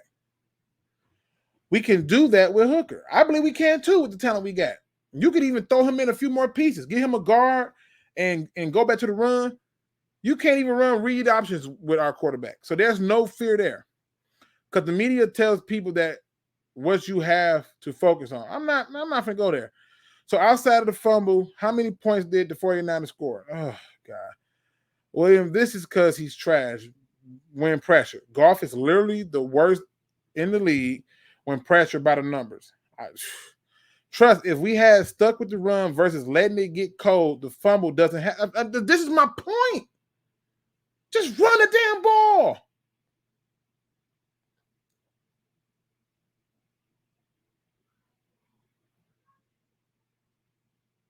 Like, come on.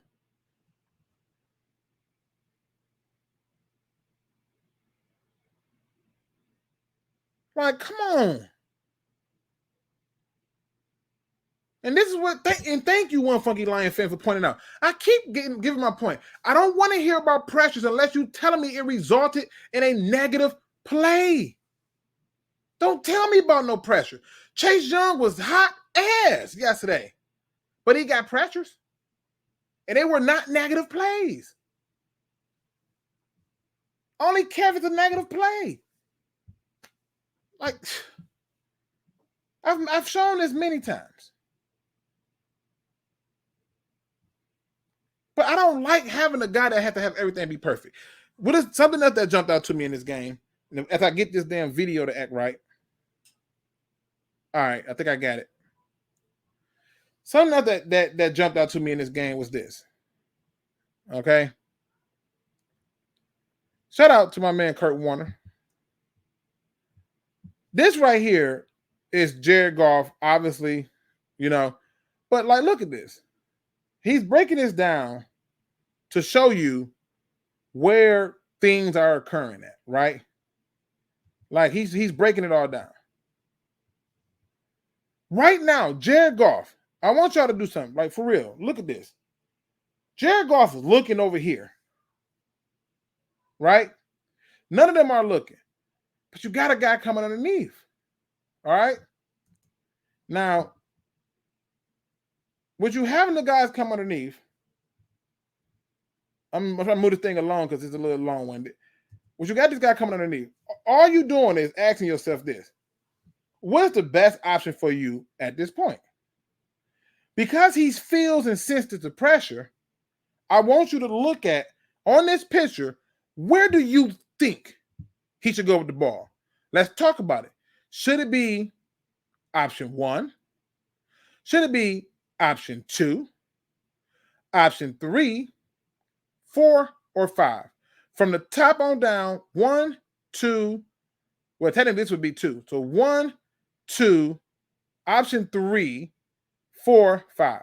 1, 2, 3, 4, 5.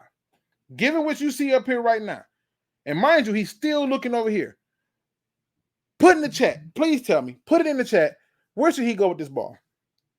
I'll give you a minute to look at it. I'm going to bring it down for a second because where should he go with this ball? 2 or 3? I'm going 3. Okay. Right? I agree with y'all. Let's see where he go with the ball. Let's see where he goes with the ball.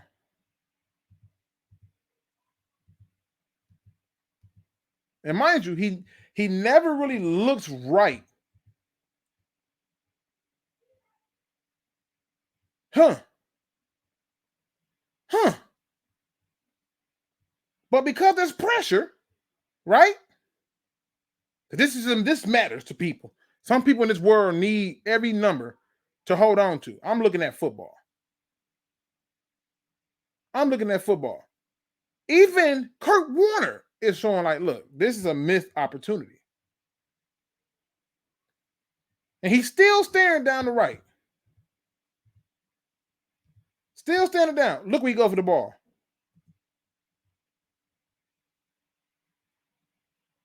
You can't make this stuff up. Even I saw this one. I'm like, damn it, man. We could have had that. Here, let me go one more play.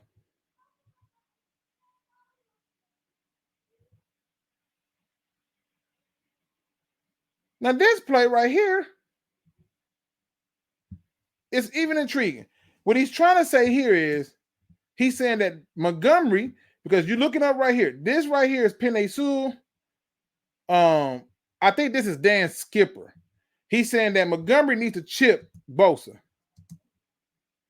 And at this point, the ball should be out. This is what he's saying. Now, at this point, who do you think should be the option? We're going to do this a little bit different. We'll go from the bottom on up. 1, 2, 3. Which one you think? 1, 2, 3. Who should the ball go to? I want to know in the chat. What do y'all think? Who should the ball go to here? Shout out to my man, Mike Kimber. He says, what's up? What's going on, brother? We got 1. Okay. 0 anticipation skills, and he doesn't have the elite earn. The cerebral has to be the strength. Designed for 43, but right now, number 1. All right. Let's see where he goes with the ball. This is not my idea of just trying to be an a-hole, but this needs to be an anticipation. This needs to be an anticipation because whether he throws it to 1, look, that still works. You want to throw it to 1? Cool. You want to throw it to 3? Cool. But he took the sack, and I went, okay, cool. Cool. I forgave that. Now let me go a little bit further.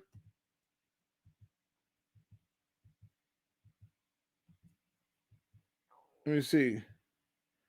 Where is it at? I gotta get this thing ahead. Because these are things that I'm telling you, that's not happening. Like right here. Why is the ball not out? Why is the ball not out? You looking at him. Now, I know you see dog right here, but okay, cool. But if you anticipate this ball going over here, now you can see dog looking at you. So, all right, cool. But I want y'all to pay attention. He got him circled because he's facing this way. And he's going this way. And this is a little bit too high, but it don't matter. He throws the ball right where the defender goes and get it. Look, he can cover both of them. We're going to move this forward. Now the corner is like, oh, bump it. That's an easy play. Oh, this BS right here. This the one. This is the one. This is the one. Hold on. Where is it at?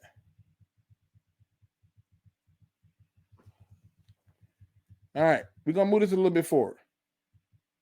This is the one that I felt we need to make these plays.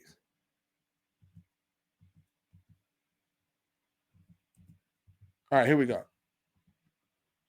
Jared Goff right here. He feels the pressure. He steps up. My man got to catch this ball. He got to catch this ball.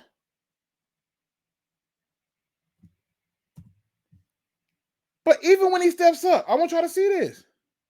He steps up. Look at this shit. So he sees him peeling down. He sees him over here. Okay, cool.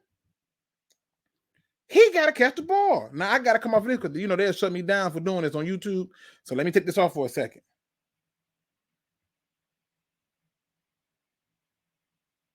I'm merely making the point that we got to be better. And I believe we'll be back. I just think as long as Jared Goff got a year on this deal, I'm not re-signing him. I'm just not. I'm just not.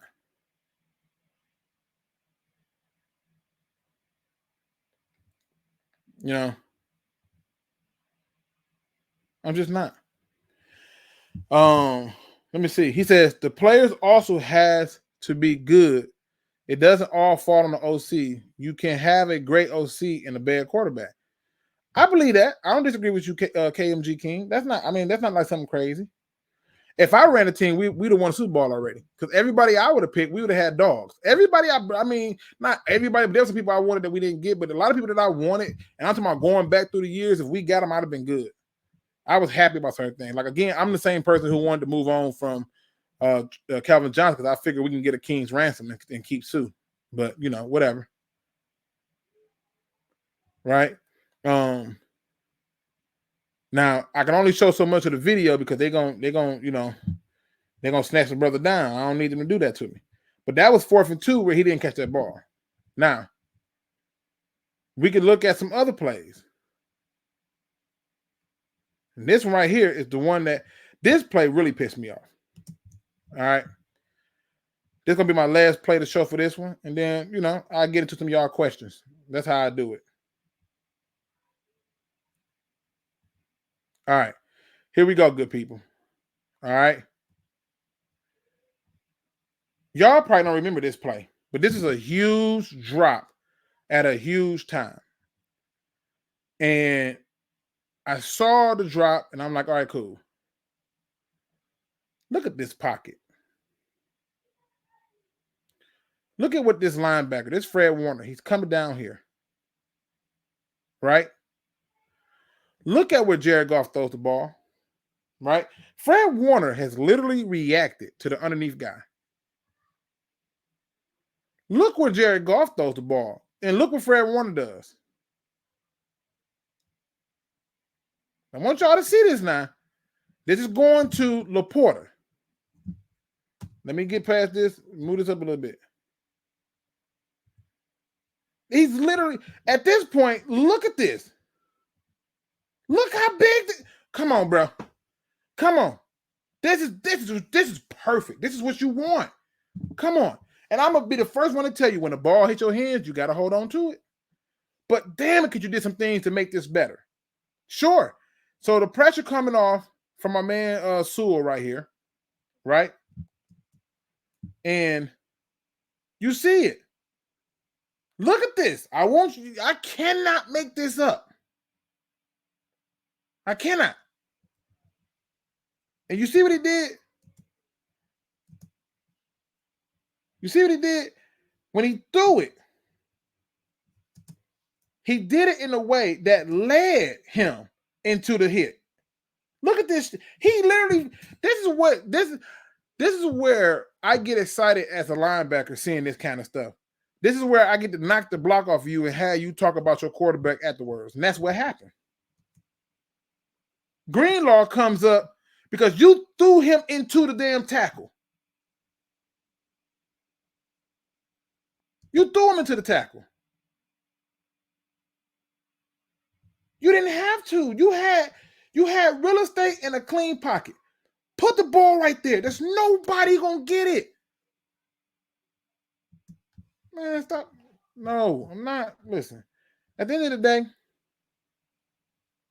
you know what I'm saying? At the end of the day, drop passes killed us. Not running the ball killed us. Poor player execution killed us. And I'm still excited for next year. I'm still happy for our opportunity to come back and do it again.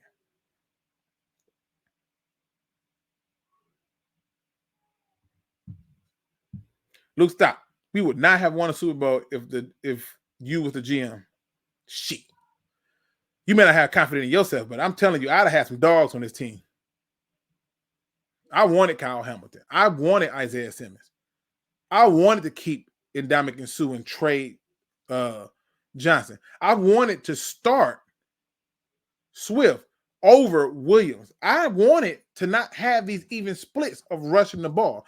The players that I would have picked, Oh my God. I didn't want Jameson Williams. Jameson Williams to me looks like the speedy receiver we took Willie Green. That's what he looked like to me.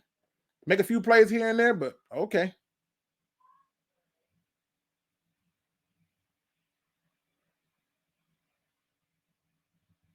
How many quarterbacks can do what Goff can do in our system? Shit, don't get me started. Any questions y'all got? Throw them in there. Yeah, it's one of those in-between passes where it could have been both a better pass and a better catch. Yeah, but give him a chance to not be into the damn tackle. You threw it to where he had to stretch out for it. The whole purpose of a in-pocket passer is going through your progressions quickly, not getting stuck on one spot. And he does that. I know people love Goff, but once he's locked in on a receiver, he never looks off and he throws falling away. Again, I'm just saying, hospital ball is a throw like that ended Tyrell Williams' career. I'm telling you, he threw him into the hit. He threw him into it. I still want Simmons. Go get him in the 24. I would. Would you sign CJ Chauncey Gardner? No. I felt that he was the reason he cost us the Seattle Seahawks game, and I felt like he put hardship on this team too often. He talks way too goddamn much to miss this many damn tackles. Even the interception he got, I'm happy he got it. It was a popped-up pass. But he talks way too much. The whole blue ski mask, I hate to say it, I didn't really want to lose that game, but let's be honest. That was dumb. You decided to take that stand. That's a bunch of BS. That was malarkey. So would I re-sign him? No. Why not? Because when he was coming back off the injury, he on the media, I didn't come here to not start. Shut the hell up and play your part. Now, they want choir boys and people who's going to be in line, fine. But even a bad boy knows how to follow orders. So at the end of the day, I just feel like I didn't get what I was expecting to get out of him. He got hurt at one point, and before that, it was like, all right, cool. But it's too much talk. What he does do is allow for us to move pieces around. But I'm not trying to be funny. He's going to want a little bit of change. Now, if you telling me he's coming back for a way, way lesser amount than we paid him, and it's going to be like a one-year deal, then cool.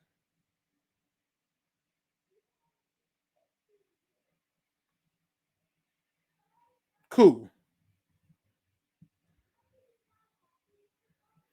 Oh, I'm picking up what you're saying, Looney. You think Hooker got a chance to take the starting job? Absolutely not. Nope. Absolutely not. So who we drafting? I haven't even started my draft review. I know we at pick 29. I haven't even started my draft review. But if I'm at pick 29, and I'm telling you right now, there's a few players that I have been looking at, trying to explore. But I can assure you that we're going to go full-fledged into the defensive side of the ball on these picks. But I got to look at like some people and figure out stuff. But I ain't there yet. I'm in off-season mode, but I ain't there yet. Shout out to Greg, who's a Raven fan. Says, see y'all in another 60 years. That's so cute. You know, you've been doing this for a while, and I get it. I got no beef with you with that. I get it. But your team had the top defense and gave up enough points to look like some shit. So I don't want to hear you say a thing. Your quarterback, don't even get me started about what his numbers was at halftime. Like, don't even get me going. So you can talk your stuff, but the Ravens did diddly squat, and they're getting ready to have the MVP quarterback. So, yeah. I'm okay with the Kool-Aid. Yeah, I am. You got to be.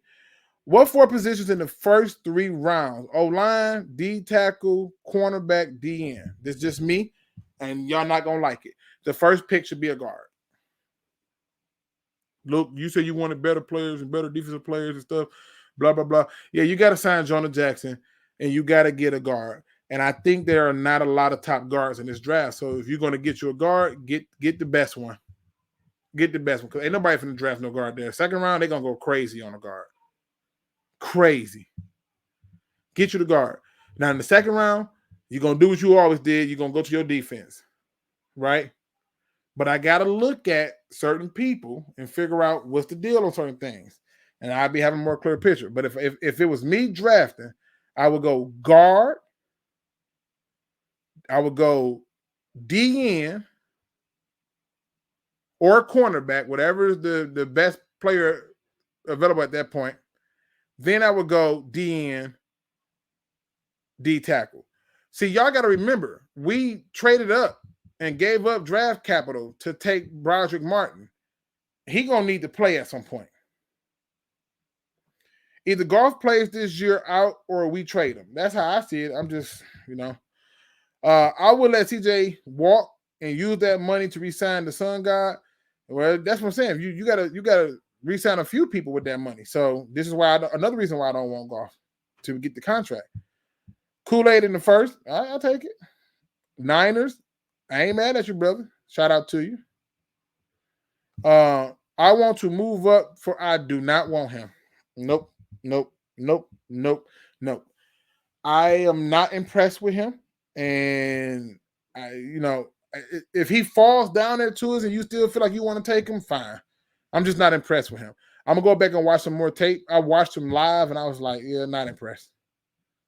I watched him real close in that championship game against Michigan. Oh, you know what? I'm thinking of the wrong dude. That's the wrong guy. That's my man from UCLA. Latitude, or however you pronounce this damn dude name. I think that's UCLA.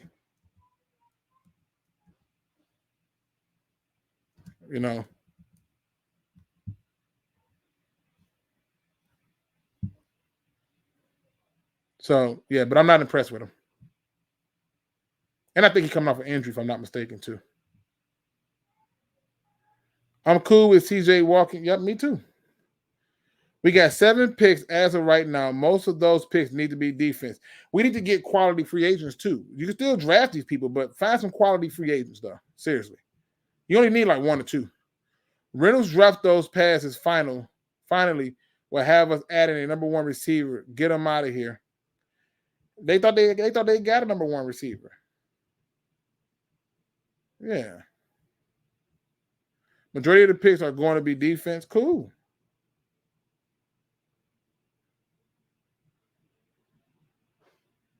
I like this statement here. Lamar choke, simple as that. Yep. Go get Chris Jones and Surtain. Chris Jones gonna get re-signed. He ain't going nowhere. Surtain might be very possible, but I think you're gonna have to trade for him. I don't think they would do it. Like if you had to give up a first round pick for Patrick Surtain, would you do it? Yeah. Yeah, I would. They had to give me some compensation to the matter of like, give me like a second in the future or something like that, but I would do it.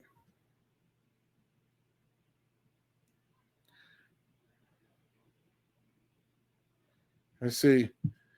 J-Mo hasn't got the real opportunity like Laporta and St. Brown. I felt he should have been more involved in the game as well. I mean, that's fair. That's fair. But your quarterback's favorite weapons is Laporta and St. Brown. And they went after St. Brown hard to take him out of the game.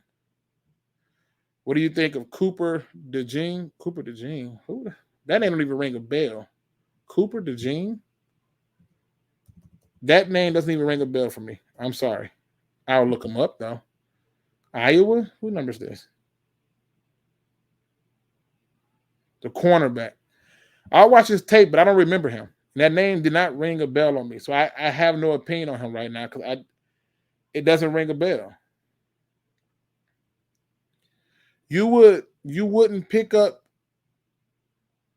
Quinyo Minshew? Quinyo Minshew? How are you? What I plan on doing is doing a show where I basically go through and do it. Because, see, I was not in off-season mode. I was in evaluating how do we win these games mode. Now I'm in off-season mode, so I'm going to be watching more tapes. You know what I'm saying? I'm going to be watching more film, looking at what's going on. They can still pay Goff and keep everyone else. How? How do you pay Goff, keep Sewell, keep Amon-Ra St. Brown? How? I really would love to see this. And then the question becomes, how many years do you think or would you be willing to give?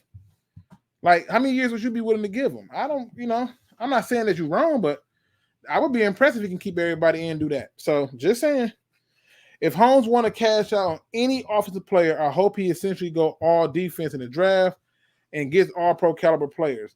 Yeah, I mean, if he get one all pro caliber player like that, that's crazy.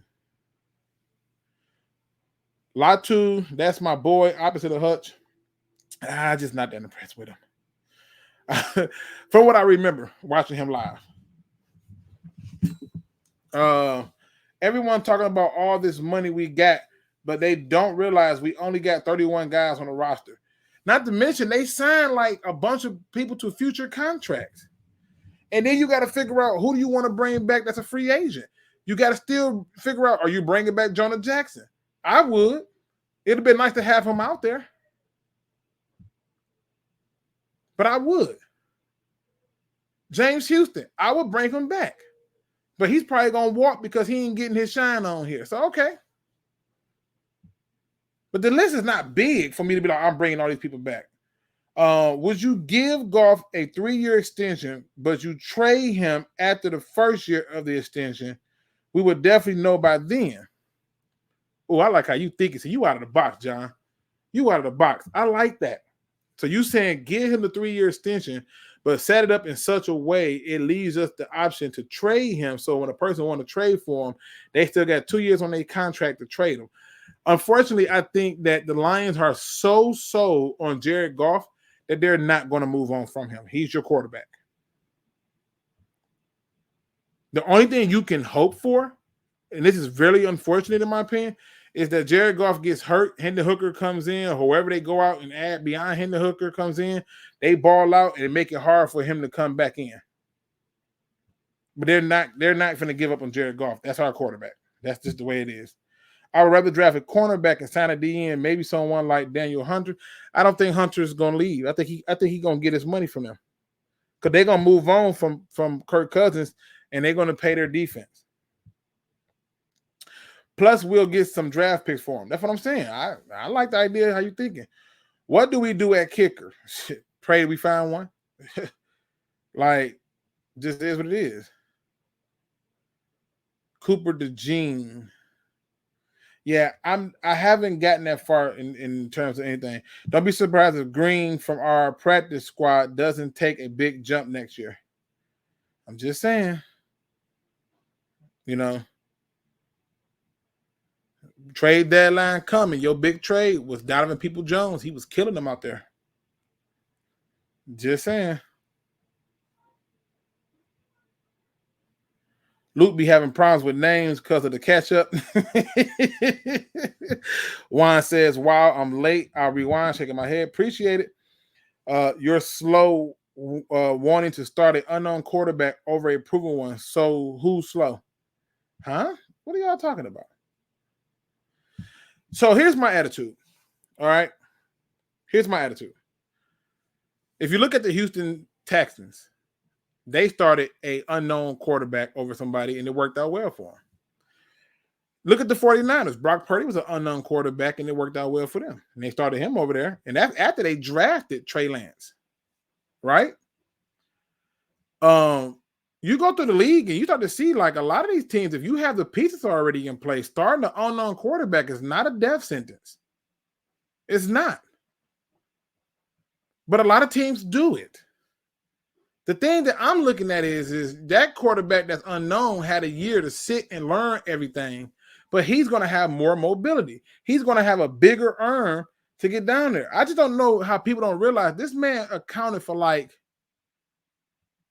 I think it's like 100 and some touchdowns to like a few turnovers in college. That's crazy. Let me see.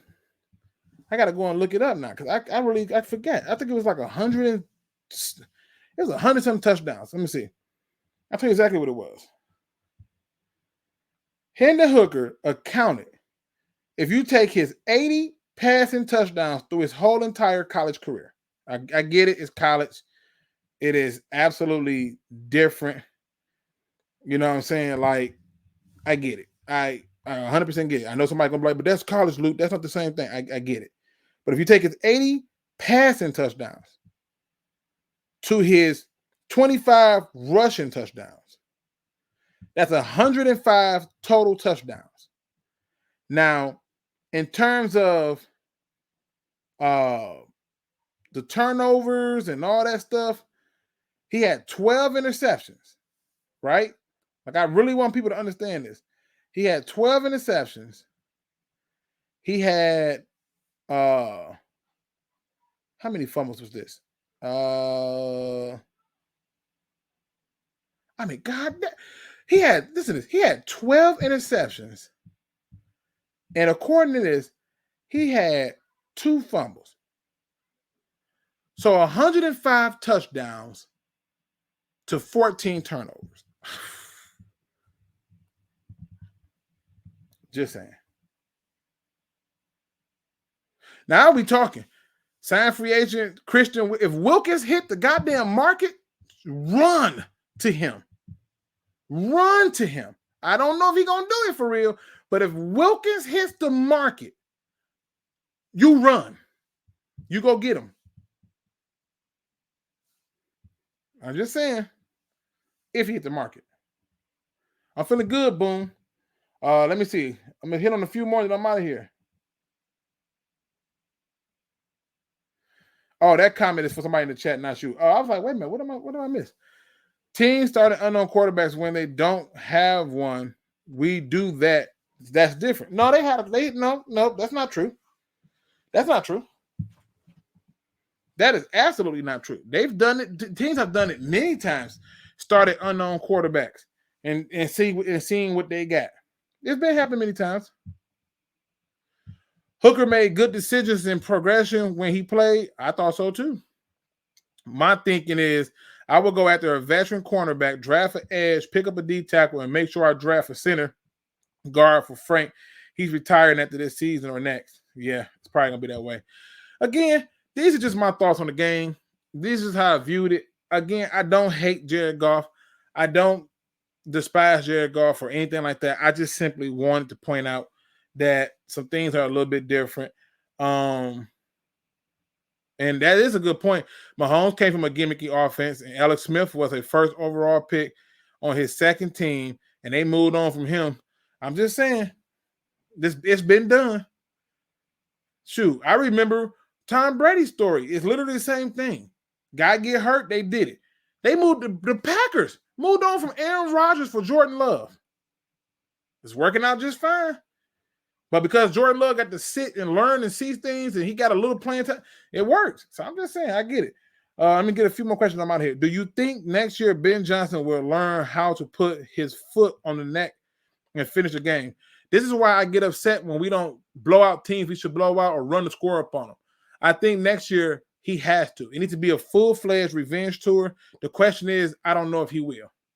It's a lot of politics to not make the other guy look bad. If Goff was a little quicker and agile, he would be even better. But we have that in Hooker, and that's my only problem. I don't have a problem with Goff. It's just that he has to have a perfect storm to survive. And I can show where Hendon Hooker didn't have a perfect storm and he survived. So that's just how I look at it. Mahomes was a first-round pick in Love. What about Russell Wilson? Seattle Seahawks. I'm a fan of them too. So Seattle Seahawks had just gave a big deal to the former Green Bay Packers quarterback Matt Flynn, and still started Russell Wilson, a third-round pick over him. So now what? I can do this. I can do this all day. Just saying, KMG King. What about Russell Wilson? He don't qualify. You can start an unknown product and it work out. Just saying. Like, I'm not acting like I'm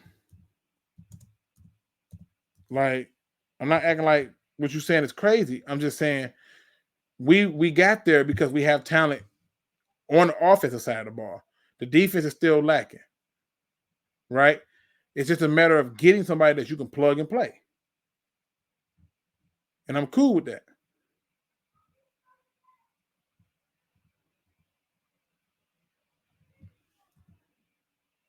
Just saying.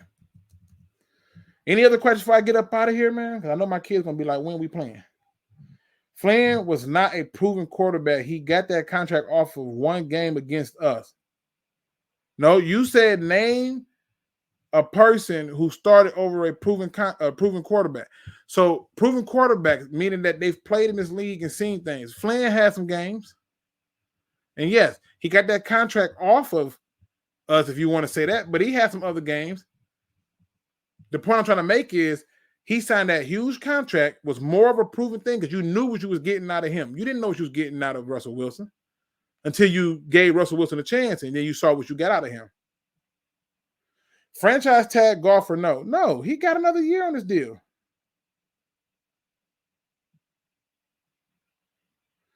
You think we would have won the Super Bowl? Yes, we would have beat the Chiefs.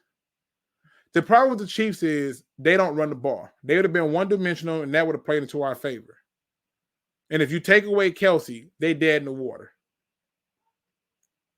So, yes, I do think we would have won the Super Bowl. Easy. They a year away from that talk.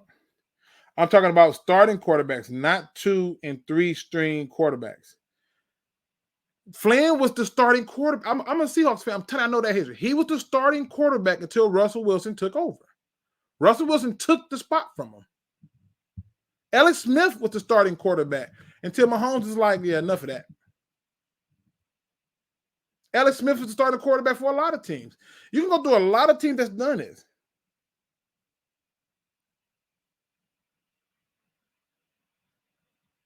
I'm just saying, like, I get what you're saying. But there's a lot of people that do it. Flynn never started because Russell Wilson took it. Pete Carroll understood, why am I going to commit to Flynn to be my starting quarterback when the team and everybody is responding to Russell? He was the starter. He was brought there to be the starter. Another reason why I didn't I'm not saying you wrong, KMG King. I'm not saying that. I'm merely making a point to you. We needed a quarterback in that game. That game was the proof positive that we needed a quarterback that can give you a little something extra. Because when everything wasn't going right for him, he was throwing off his back foot and so forth. It's Flynn on the level of golf. We wasn't talking about levels. You asked me to name people who was unknown, and I gave you some. That's what I'm saying. This has been happening for years.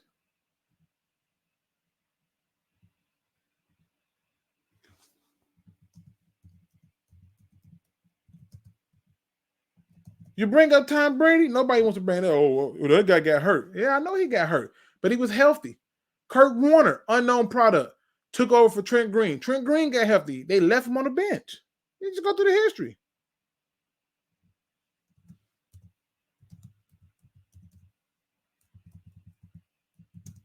Just saying. It's happened many times where they had a starter and they moved on. It happens.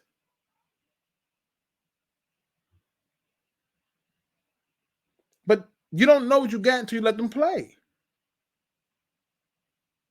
They have to play. And if you're not going to play them, then it's a shame. But the reality is I'm sorry, this is just what it is. You have to let these people play. Hell, they moved on from Robert Griffin III because Kirk Cousins showed that he can do his job. Come on. It's not about a first or second, or it's not about none of that. It's about look at your team. Tell me look at these teams.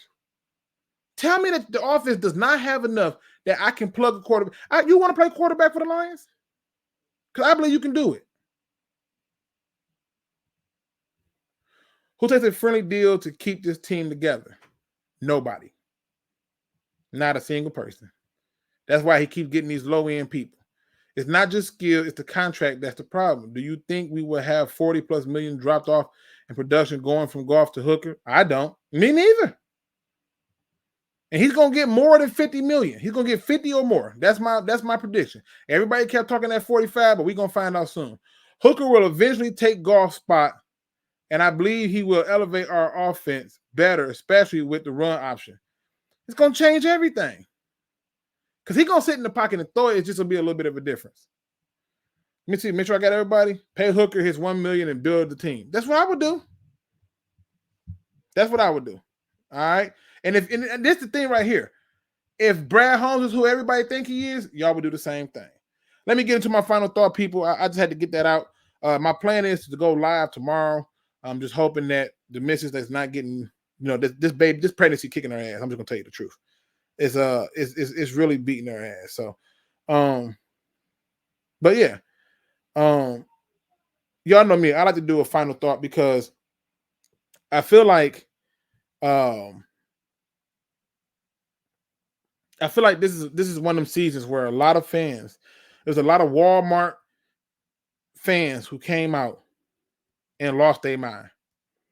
And it drove me crazy because real fans understand that roads are not going to always be clear. All right. So for that point alone, I'll give you this positive quote. Don't know who said this. It says, a lot of y'all have problems coming from not putting people in their place the first time they tried you. Oh, my Lord. A lot of y'all have problems coming from not putting people in their place when they first tried you. Too often, y'all letting stuff slide.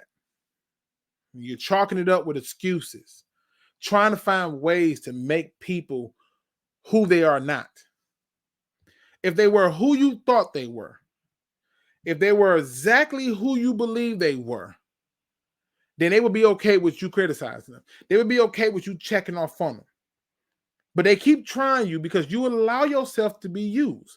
You allow yourself to be treated in that manner. You put yourself last and everybody else first, and you wonder why so many things don't go the way you want to. I had a 16-year-old kid tell me this one time. He said, selfish people live longer. I said, what? You're going to have to learn how to look at self.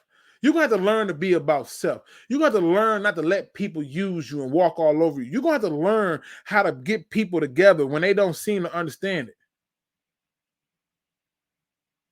And this is the problem that we don't have. We don't have this problem because guess what? You're too busy letting them try you over and over and over again. Like a Payless shoe. And I'm asking you to take a second to not only stand up for yourself, but stand up for your pride. Stand up for your spirit. Stand up for your peace. Stand up for your happiness.